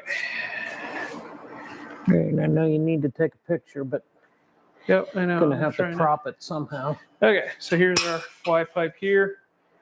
Just dual 3-inch into single 4, and then spits out the side. And we'll show you the exhaust evac here in a second, once I get Dad situated. Let me shove a 2x4 under it or something. Yeah.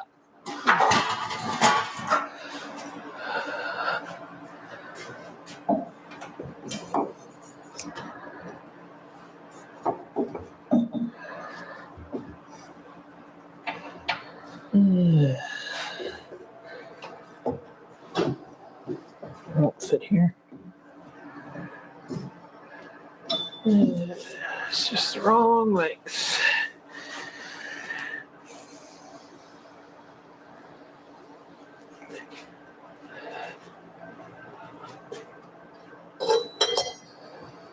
Okay. Nope.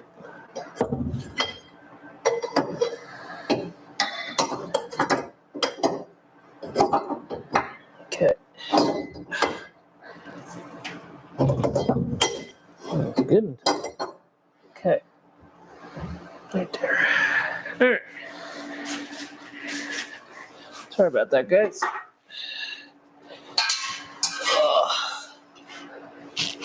All right. Good. All right. So, if you guys are familiar with the older school stuff, you have these exhaust evac ports on the exhaust here. And if you look, I don't know if you can. All right. Want a light? Yeah, get a light. Give us a second here.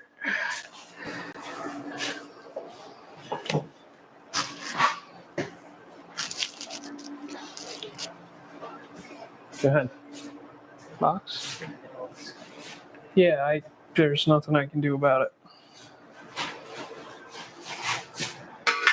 All right, so my brother actually did some analysis on the exhaust evac port, and he found the optimal location and placement, orientation. That's the word I'm looking for.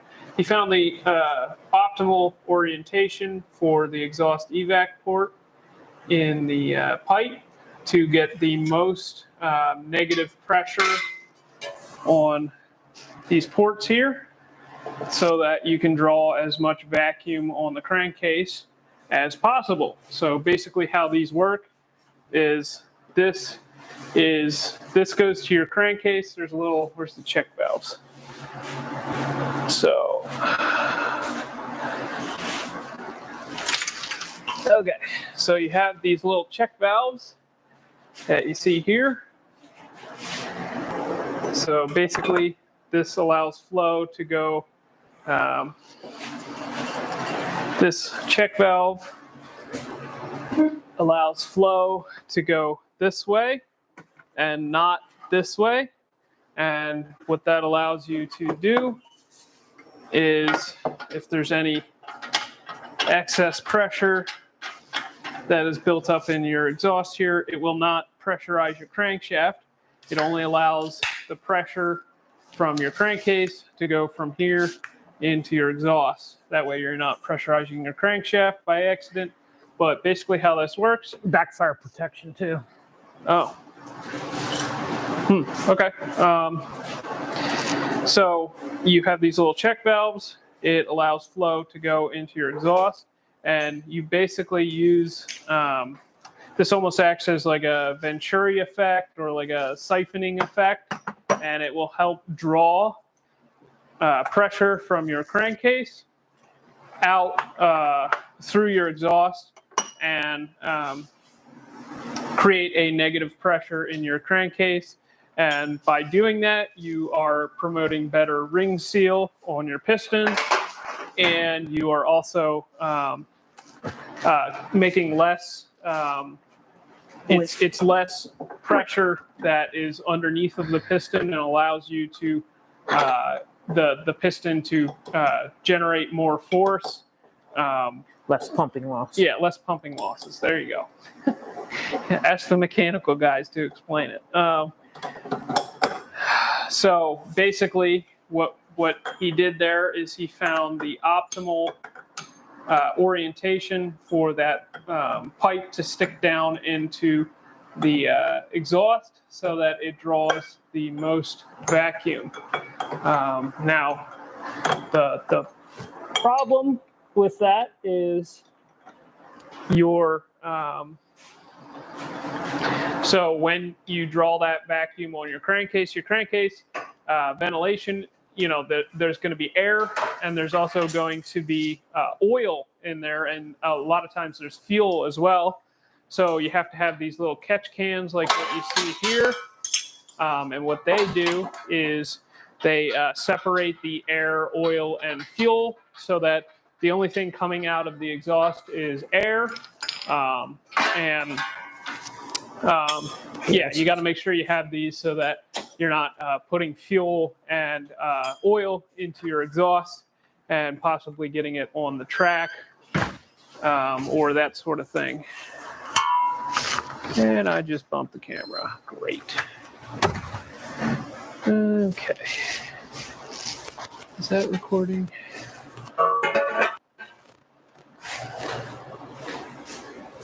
Okay. So,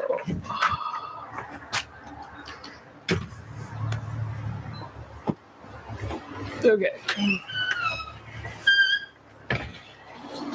Can we know how to take that block off? Or No, there's Okay. no way to get it off. okay, I've fought with it for a long time. okay, Can't make it go away. I get it. I heard you. Mm-hmm.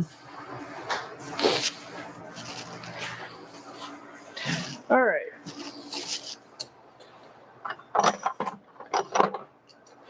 Yeah, how much pressure did you think there would be? How much? Yeah, so a typical Difference, you mean? yeah. So a typical, like a vacuum pump will draw 4 to 5 psi of vacuum. Inches, isn't it? It's 4 to 5 psi. Wow. Or no, was it 3 psi? Okay, I'd have to look it up again. But your typical like a vacuum pump that you would be belt driven on your engine is going to draw around 3 to 5 psi of crankcase vacuum, meaning the pressure inside of your engine is 3 to 5 psi below atmosphere. And like I said, that promotes better ring seal and less pumping losses. But what my brother calculated is with this exhaust evac system, we could see around a half of a psi crankcase pressure vacuum. So obviously every little bit counts. Just to give you some information there.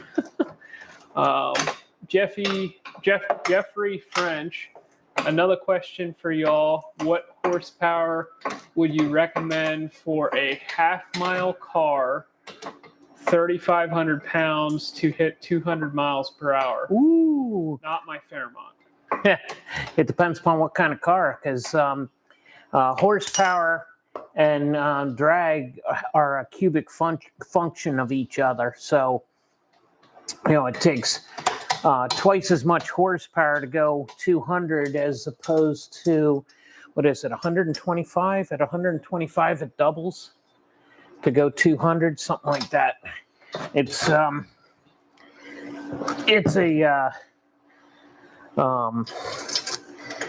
if you have a 0.29 coefficient of drag and 18 square foot frontal area. 98 Mustang. 98 Mustang. Okay, 98 Mustangs are not super good aero on the drag, but they're not bad on the frontal area. They're smaller than a Camaro. But 200 and a half mile, you're probably, it wouldn't surprise me if you'd be around 1,200 horsepower. To go 200 in a mile on a bigger car, you're in the 800 horsepower range. So it takes an enormous amount of horsepower in that short of a distance.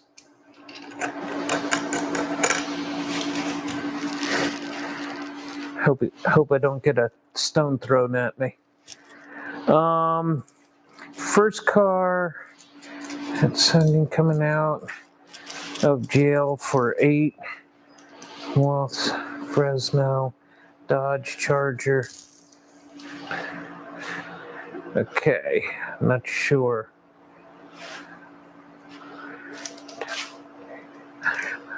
And had 318 4-barrel. Okay, cool. Sounds cool. Yeah, cool car, Sam. Yeah, hopefully that doesn't discourage you, Jeffrey.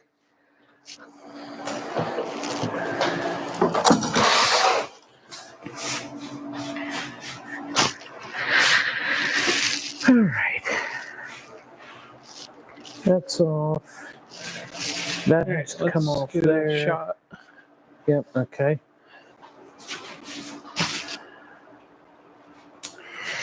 Still have 47 people watching. Appreciate it. Yep. For those who didn't see, who've tuned in late, Calvin talked earlier about the shirts that are going to be for sale soon. This is one version, and Calvin's sporting the other one. Yep. And then they'll either be in gray or pink for the ladies, since Mama's getting her own following. Yep.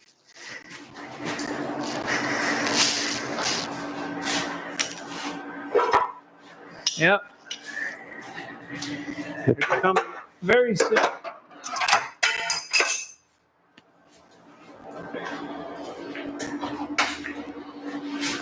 This thing's looking naked already. Yep.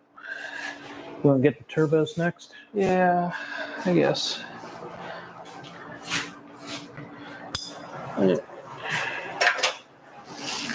Once you grab the tools, I'm going to slurp another beer. All right.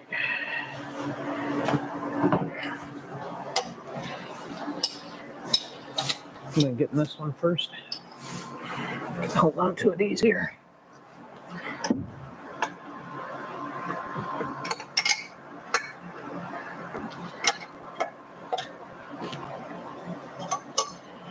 All right, funny shirt. I have a Clifford set up on my 235. That's cool. I want to get a 235. I'm looking for a, ideally I want a 57 235, but anywhere from 56 to, I think they stopped production in 62, or was it 61? Okay, well, I've been listening on the background play, and suddenly the car looks a lot different. Yep, the goal here is to get this thing stripped down so we can sand everything off and get it painted. And then the engine we had displayed earlier is going to go in. We got to finish the oil pan and a bunch of small clearance areas so that we can put the adapter plate on. And the flex plate shield, the cone for the torque converter. Anything that needs welded, I'm taking next door. Okay.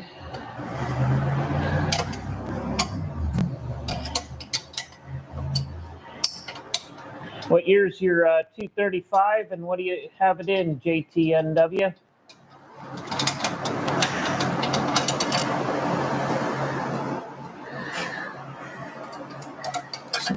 Okay.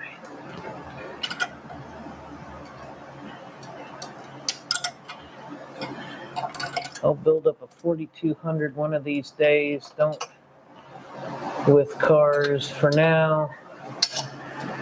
Going to tell 5-3 swap 7 next. Gonna sell it. Okay, just some milled heads and nice cam. That thing's got to rock pretty good. An RX-7 or RX-8. That's light enough to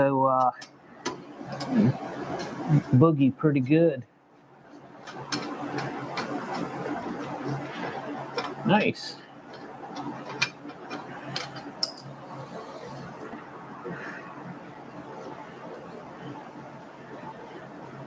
Okay, enjoy the rest of the 4th, guys. Keep up the good work.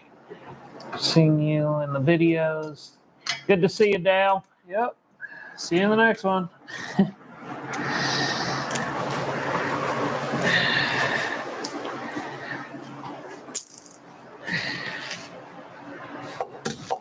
It is JT says it's a 1955 engine in my 51 Chevy half-ton. Nice. And I have a T5 adapted to it. That's cool. All right. Now, if you ever want to make more power out of that thing, whoops, hold on. If you ever want to make better power out of that 235, the 55 head has a very odd-shaped combustion chamber with pockets up alongside the valves, and the compression is extremely low. By going to the 56 and later head, it's got a combustion chamber that fills in those areas, those pockets that are right beside the valves, and it increases your compression ratio. And I can tell you, you will see a notable increase in power by going to a 56 and later head.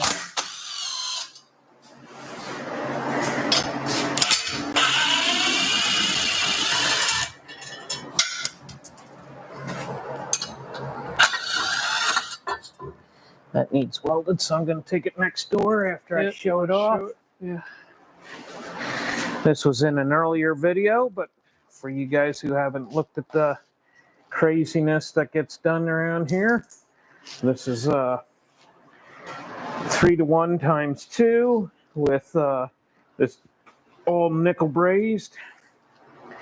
Waste gates are put in a position that allows the flow to get into that path very quickly. Yep.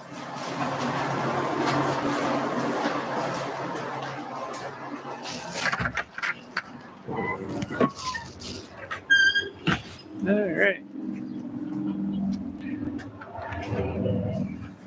All right, we're getting down to frame rails.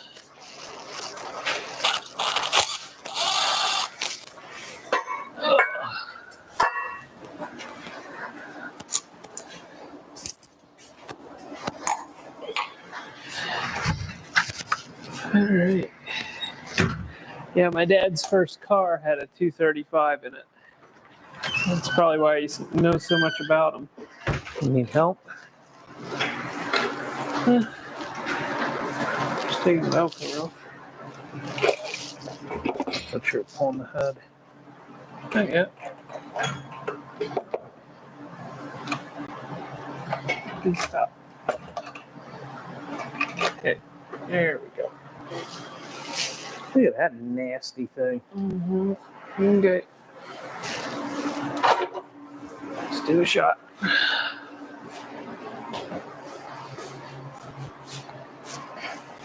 You're welcome. Yeah, big fan of the 235. My first 235 was a 54, and it ran 22 seconds in the quarter mile at 42 miles an hour.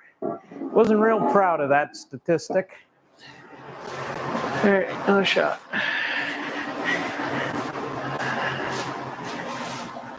All right. All right.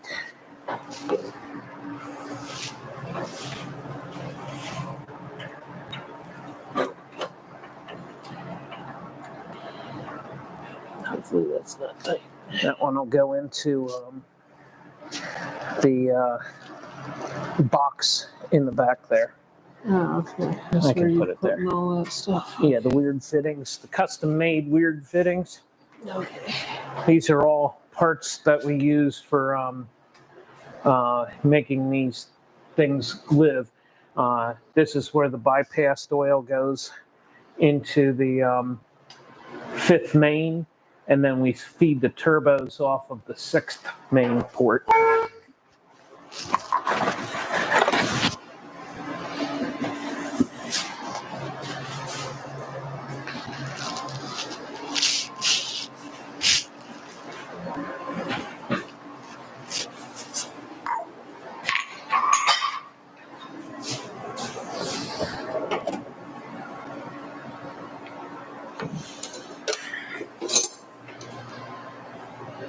Three-quarter. You want to pull the whole thing as one or pull the block? We can pull it as one, I think. All right, we're going to have to move the car forward to do that. Why?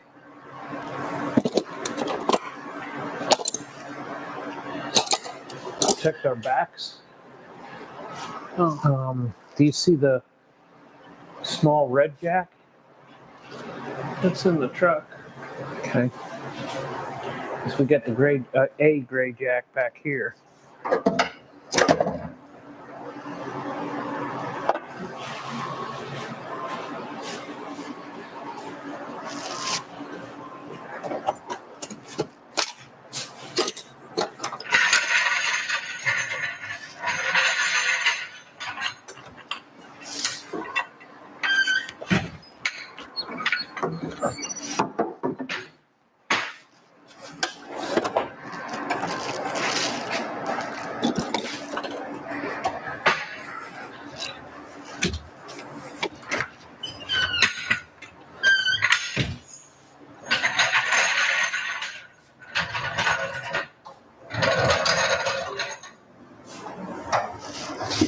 All right, that's got 2 bolts in the cross member then. Let's see if I think you guys have done this before. Happy 4th. Gotta go. Nice seeing you, Brian.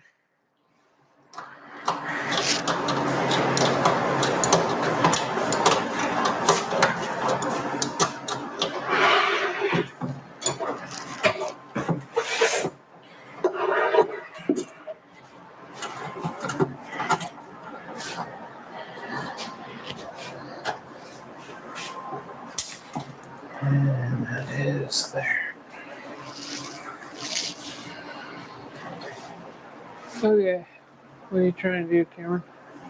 What's that? I was talking to Cameron.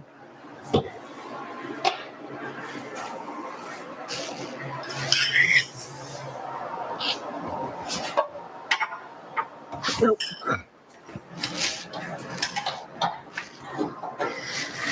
It's hurting my ribs too much. Hmm.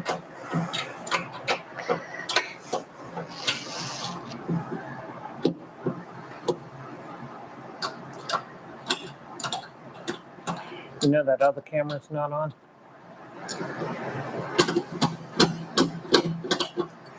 Yeah, it just shut off then.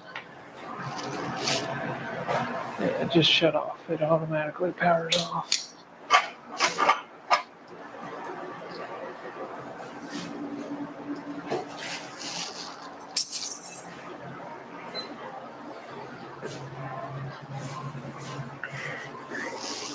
All right, I haven't run mine in the quarter. The track owner probably won't like Draft 2's venting on the.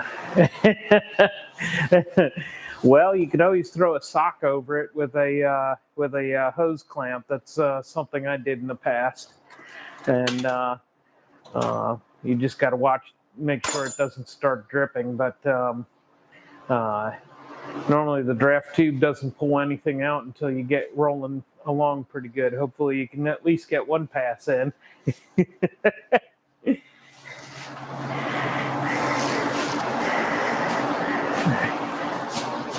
gonna grab the 3/4.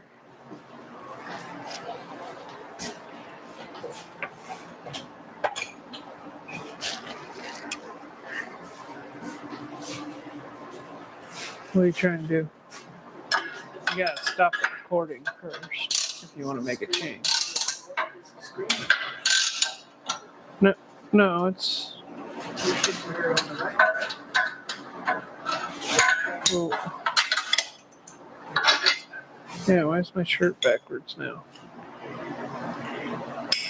Argentina. Wow. So we got No, it wasn't. What'd you hit? Okay. Yeah, now we're we backwards. got Canada, Argentina, and what was it? Norway? I think it was Norway, wasn't it? I don't know. Sorry, we've forgotten the other country that was. Oh, there was South.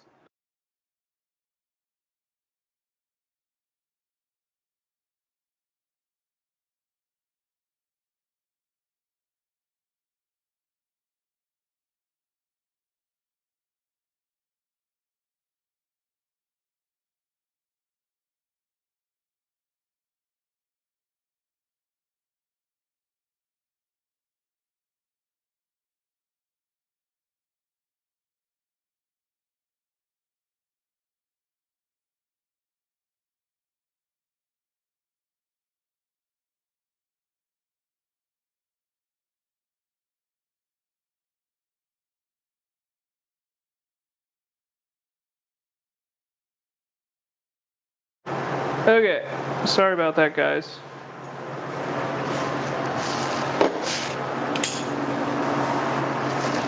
Alright.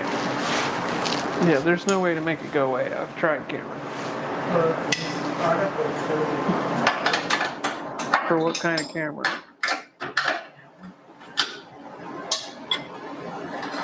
Yeah, I mean, the only way that I've video snapshot.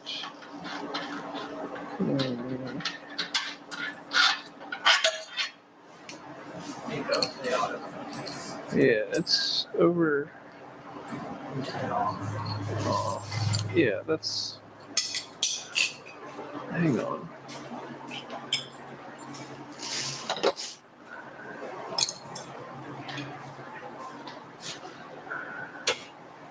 Yeah, the problem is.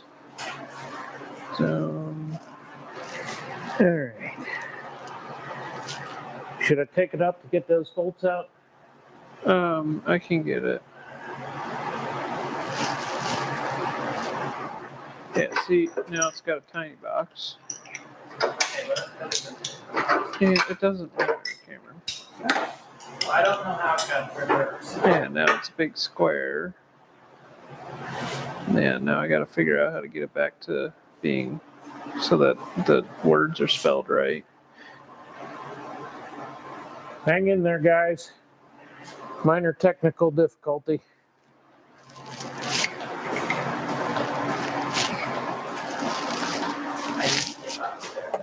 Yeah, info to disable, enable.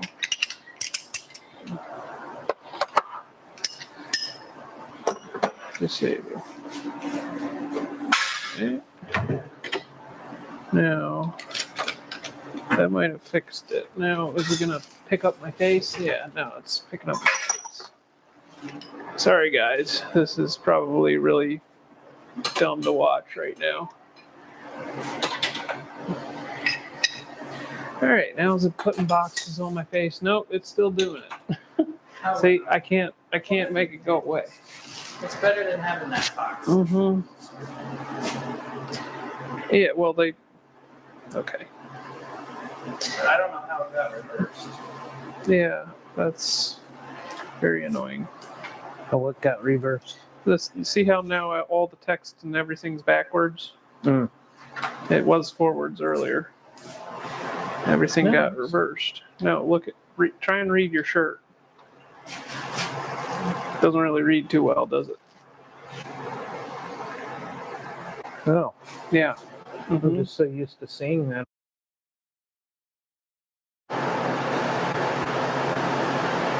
That's funny. Yeah. Has it been that way the whole time? No, it hasn't.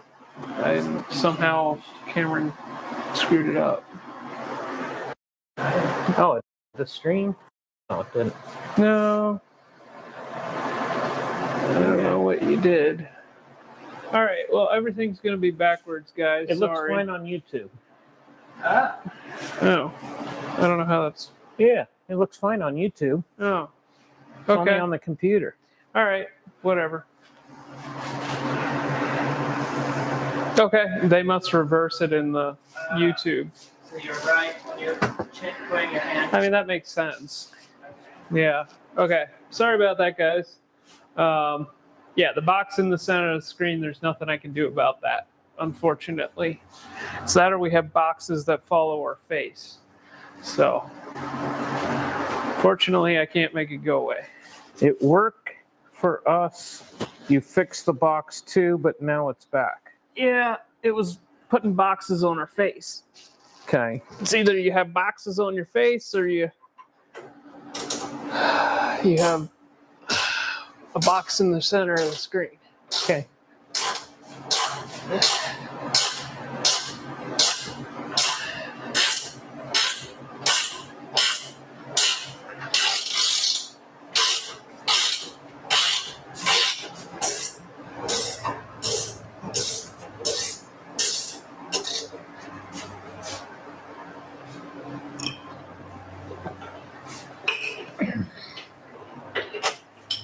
All right. Any other questions? It was completely good with no boxes. I don't mind though.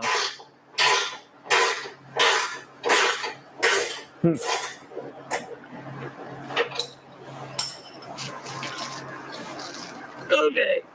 All right. Got it? Yep.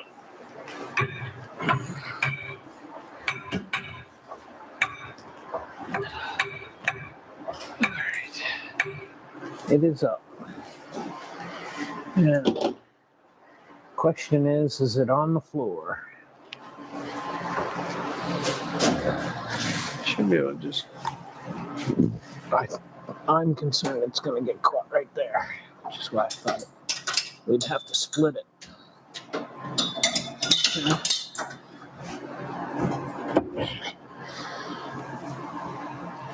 Yeah, it's jammed on the engine mounts. I gotta pry it off then. Yeah.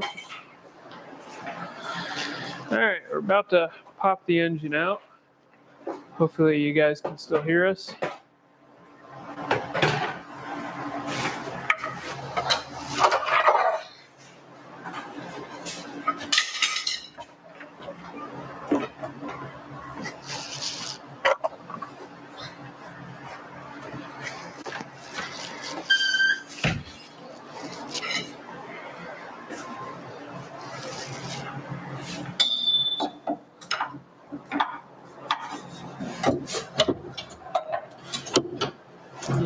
steering in my way. You need a shorter one, or? Oh, yeah. Got it. I'm free. Okay. Ready? Nope. There. I'm on top. Yeah, I'm not, but here.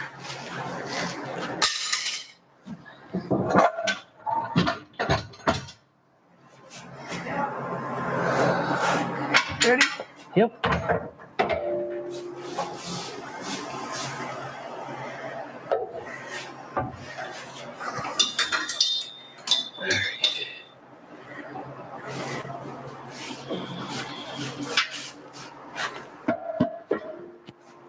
Okay. Oh, so make it go up into the corner.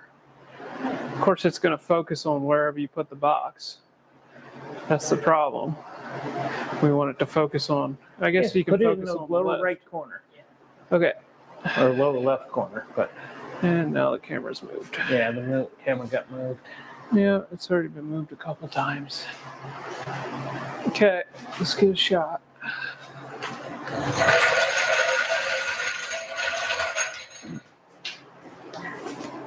All right.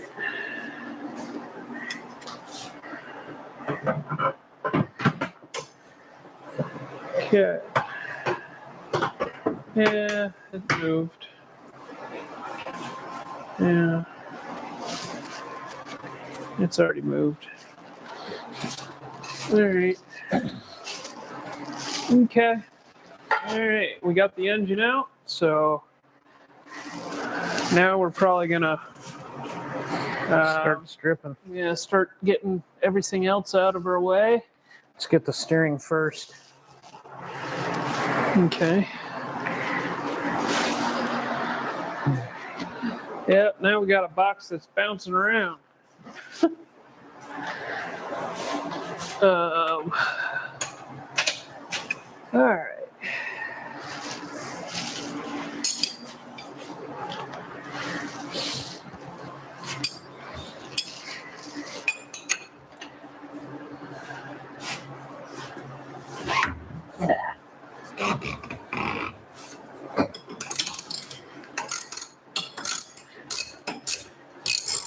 Last time this car went down the track, it went 141 miles an hour.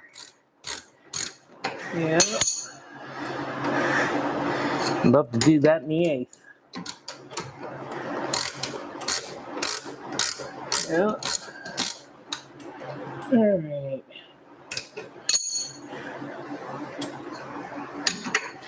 Who's got a question?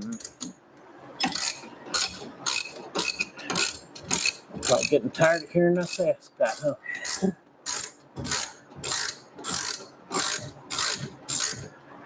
Where did this steering rack come from? It was like a Geo.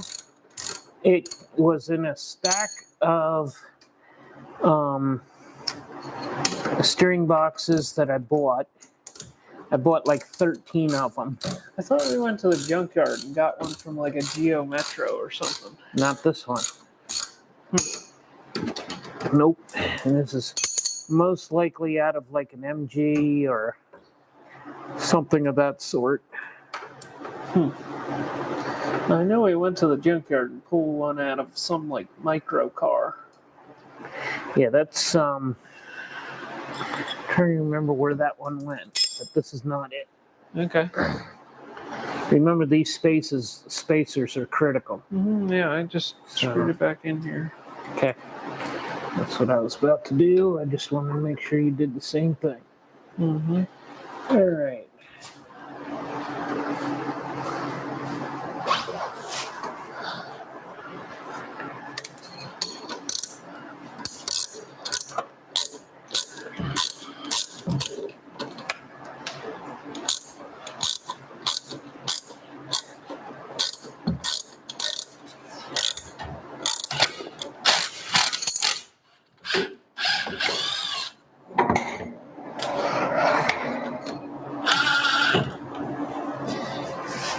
Alright, so the goal here is to get all of the components here stripped so that we can just fog paint on it indiscriminately once we prep it, of course.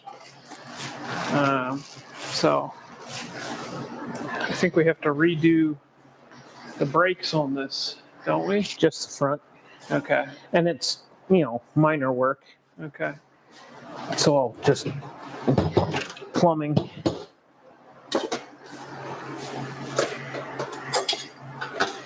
All right. Any new questions? Nope.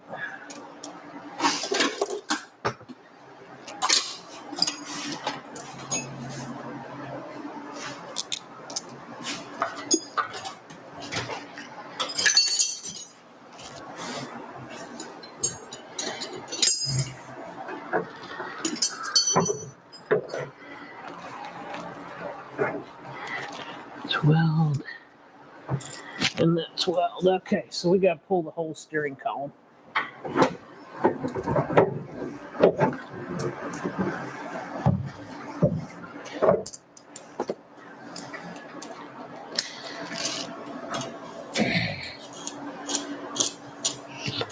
Whoa. That was not good.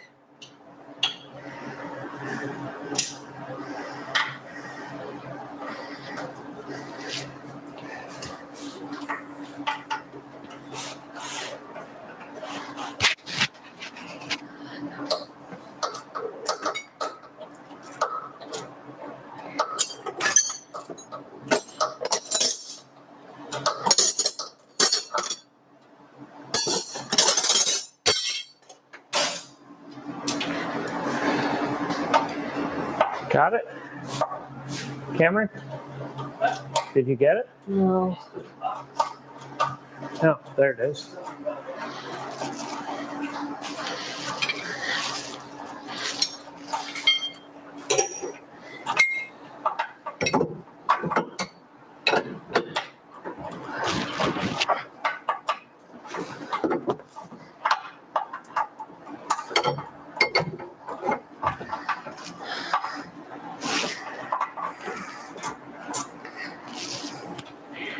Yeah, we're going to strip everything off of this and then paint it. We still got to decide on a color. What do you guys think? Yeah. We're thinking of painting the car either white or red. And we're kind of open on the from gray to red for the frame, and got to figure out which accent color we want to do. Yep.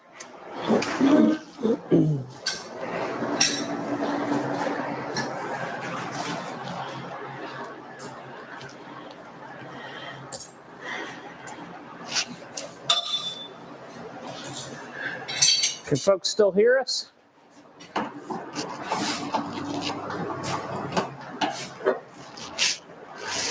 Should be able to hear us. Okay. I see the mic thing bouncing around. Okay.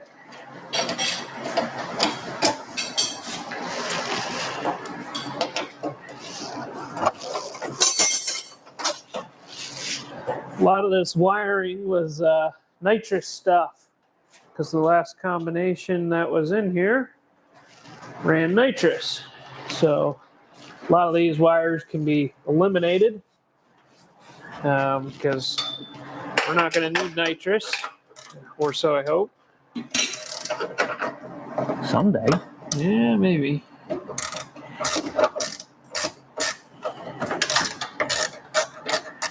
And there's even some distributor stuff in here. We definitely don't need that. No.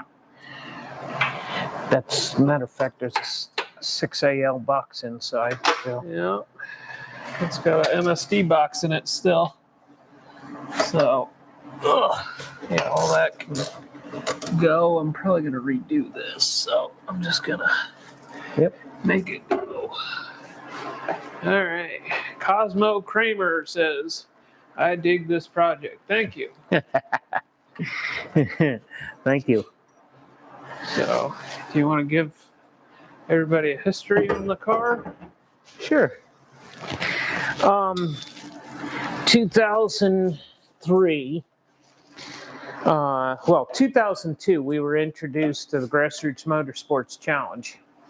And our friend Denny Crable and the Mongrel Motorsports built a 2002 BMW. It was yellow, black stripes. BMW 2002, like the model, not year. Yeah, right. But Yep.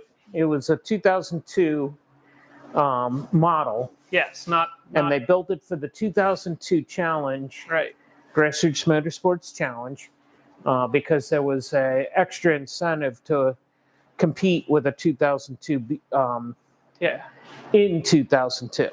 So 2003, I became interested in building a car also. And I built a 69 Nova, tubbed it out. That thing was fast and would have put the whole event on notice of what's possible to build for $2,000. But as it turned out, somebody who wanted the car way more than I did offered to buy it, and they did. 2004 that came along, and actually late 2003, I met Sean Devine and Keith. Oh my gosh, I can't think of his last name. Nice guy. They were both on the GRM forum, and we became fast friends. And Sean and I ultimately built a 77 Chevy Nova, and that was the first car that we actually got in Hot Rod Magazine. It ran 1048 up here, 1065 in Florida, and nobody was expecting someone to build a car dedicated for drag racing for that event. And fortunately, with this flea markets that were available, we put that thing together, and it was recognized by Hot Rod. We got a lot of attention with that car. So 2005 came along, and we built the white Fiat. And late 2005, this car had been abandoned in Lancaster. As a matter of fact, you can see the last inspection sticker on it, 1985 from New York. The city wanted the car removed, and my friend Doug ended up grabbing the car, towing it, and he calls me up and said, "Hey, do you want this car?" Long story short, it showed up here for $100. We put it together with the 350 60 over engine that I had bought from Maple Grove Flea Market, a set of 180-degree headers. That's why the big notch is in the firewall where Calvin's at. And that's where the collector for the one set of four went. The other collector was underneath the car. And then you can see the offset in the cross member under there. It had a single 4-inch exhaust all the way out the back. And I built the car for multiple purposes, one being the challenge. Two, I wanted to run it at the pump gas drags. Fast forward to 2007, we entered the Hot Rod's Home Built Heroes challenge. And this car, at a 4,400 submittals and competitors, we won quickest for cheapest in America with this car, and really proud of that. So this got a 2-page picture of the car and a couple articles in Hot Rod. So after that, we really didn't have a purpose for the car, and it sat for quite a while, and I was going to sell it or turn it into a land speed car.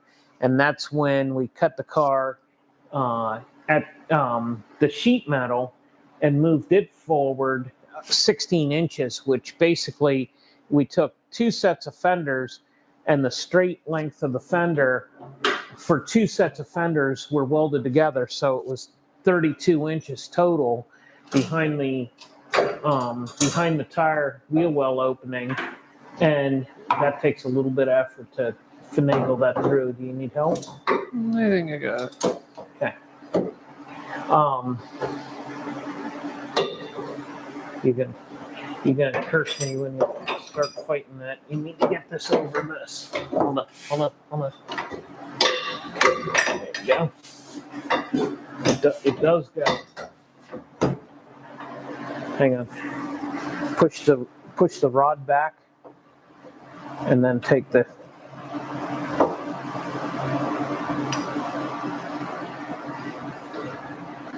I can't remember if I had to take the nut off or not. All right, I'm gonna let him fight with that for a little bit. So we stretched it out. We were gonna land speed race the car. Fast forward a few more years, and we ended up building multiple cars over the years, a V8 MG, a V8 Bugzilla, another car that ended up in Hot Rod. If you guys are familiar with Bugzilla, we raced Mike Finnegan at Norwalk, and they had the Hemi in General Mayhem, and we raced them heads up, won that event, and took that car to the Grassroots Challenge, won the overall event 2015. Then we took our yellow Bug, which we had made into what looked like a 5-window coupe out of a Volkswagen. We won the 2016 challenge. So in 2017, we took this back, stretched out, and that's when we ran the 950 at 952 at 141 miles an hour. So the car's been sitting up in the barn collecting dust since that time. And we wanted to do something special with a 4200 to try and get this out in front, get more interest, have something to do a build series on the channel. And here it is, we're in the middle of it. So that's where this thing came from. Gray on the frame and motor, BMW Laguna Seca blue on the body and valve cover. That'd be a nice color combo. Easy on the eyes. I think white, easy to see leaks and problems. Yeah, a lot of our cars, we paint things white because that very reason. It makes it very easy. You can work with a fraction of the light, especially if you're having to fix problems at night. At some point, we're hoping to be able to display this car at bigger venues, and that's where we're struggling with trying to pick a color that's going to suit a wide audience, not just be a drag race only effort, but something that's going to attract sponsors. And fortunately, we've been able to get a lot of attention on the 6-cylinder car builds, but we want to take this to the next level.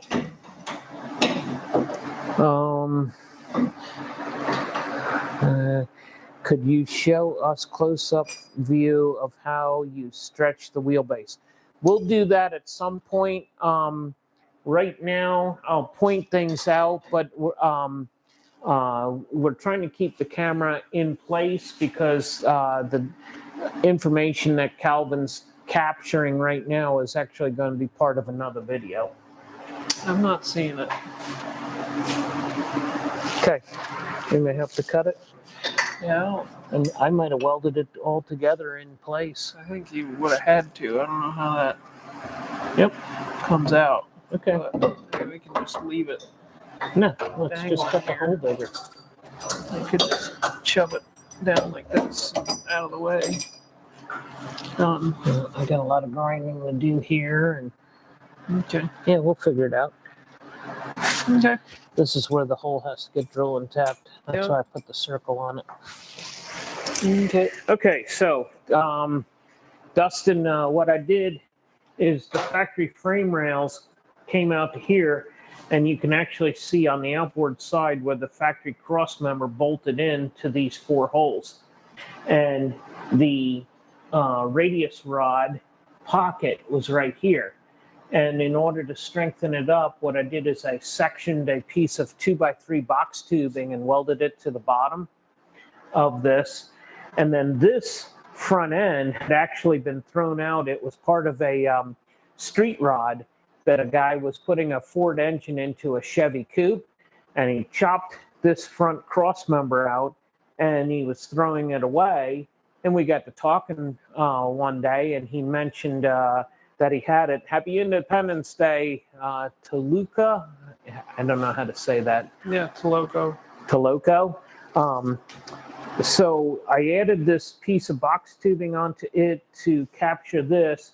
This actually was a 2x3 or 2x4 box tubing cross member, but we cut this out recently in order to put this piece of chrome moly in, trying to get as much weight out of the car. Since the time that it ran at the track at Grassroots to run the 950, we have taken about probably 30 pounds out of the car, and it's all with these little pieces that we've cut off and replaced with chrome moly. These two pieces were mild steel. We replaced them with chrome moly. There were some additional supports in here that we cut out. They actually went to here with another piece going to here. And that's one of the reasons why you see all this bare metal is all the grinding that we've done from years of changes that this car had. It had a manual transmission with a small block. It had a automatic. It had an LS with a turbo. It's had the 180 headers. It had the 4-to-1s on each side with nitrous. So it's gone through a lot of transformation that I didn't detail. Yep. Okay. All right. So, all right. At this point, we are sitting at a pretty much bare chassis, and We got to drop the front suspension out of it yet. yeah, we got to drop the front suspension out of it. But I figured this would be a good opportunity for us to hang out with you guys. But now I think we need to start making some noise. So it's not really going to be super. Let's take 2 minutes and see if there's any questions. Okay. There's 38 people on before we Yep. Yeah, we're drop off. looking here to wrap this up. So if you guys have any last minute questions, definitely want to say Happy Independence Day to everybody. Yeah, we're hoping we caught everybody before the evening festivities. So if you guys have any questions that you want to ask that we can answer live, last minute, would be happy to answer them for you. There's 2 of them coming up. Okay. Do you guys ever go as far as hollowing non-critical bolts for weight savings? No, we don't hollow out bolts. We do make sure that they're not longer than they need to be, but there's really so little gain and so much work to hollow out the bolts that we don't do that. When will you be at Beaver again? We were there yesterday. We had Mom's truck and the Nova, and we'll probably be back there in the next 2 weeks with the Nova again. We identified some areas that we need to improve to get it to launch harder. We were doing some testing, getting ready for the No Name Nationals, and we couldn't leave nearly as hard as we wanted to. The car would only 137 60 foot, and it basically on bracket day, the drag cars put down so much rubber, and there was so much sun on it that even though they were putting a lot of compound on the track, it was just pulling the rubber up when you tried to leave hard. So what we're going to do is a 4-link adjustment so that it still rotates the rear out of the car quick, but it's actually going to hold the bite longer. So we've got to change the upper 4-link forward mount positions up a little bit, and then we're going to change and slow the shock rate down. But we were still running just short of 130, 129.98 miles an hour in the eighth, and coasting the quarter mile, at 900, 910, just coasting out the top. So it was a successful day in that we're anticipating that it's very likely going to be similar conditions in Sykesville. I know that Jeffers plans to scrape the track and do a very good prep for it, but it won't take long. There's a number of big tire cars that are going to show up, so there'll be a lot of rubber that'll build up very fast. So, and being that far south relative to where we're at, we're anticipating a lot of sunshine. So, yesterday was a perfect opportunity to try and start sorting the car out. We want to get the 60 foots down in the low 1.2, high 1.1 range, and really put on a good show down at Jeffers. And that's nothing to sneeze at for a little short stroke engine. And having to get used to how the car spools up. It takes that small of a cubic inch engine takes a lot of energy to spool the thing up. So a short answer to your question is we'll be at Beaver hopefully in the next 2 weeks, running the Nova again, and probably Paulo will run the truck again. Yep. Ever consider an all-motor 4.2 build? Yep. Yes, Yeah, we've considered it.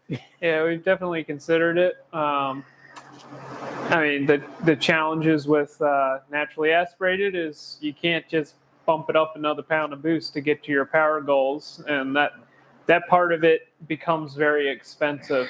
I mean, just from messing around with naturally aspirated LS stuff, I have a feeling we would get it all together and be disappointed with the results, just because that's what we did on the LS. So we got an all motor combination all together, and then it was like, well, this kind of sucks.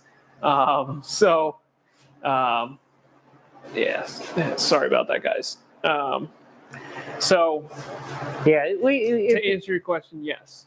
It's something that would probably only make about 400 horsepower, which is nothing to be disappointed in with 254 cubic inches. But 400 horsepower in a 3,000 pound vehicle, if it was completely optimized, you would struggle to get it into a 10. It would be an 11.1 to 11.0 car.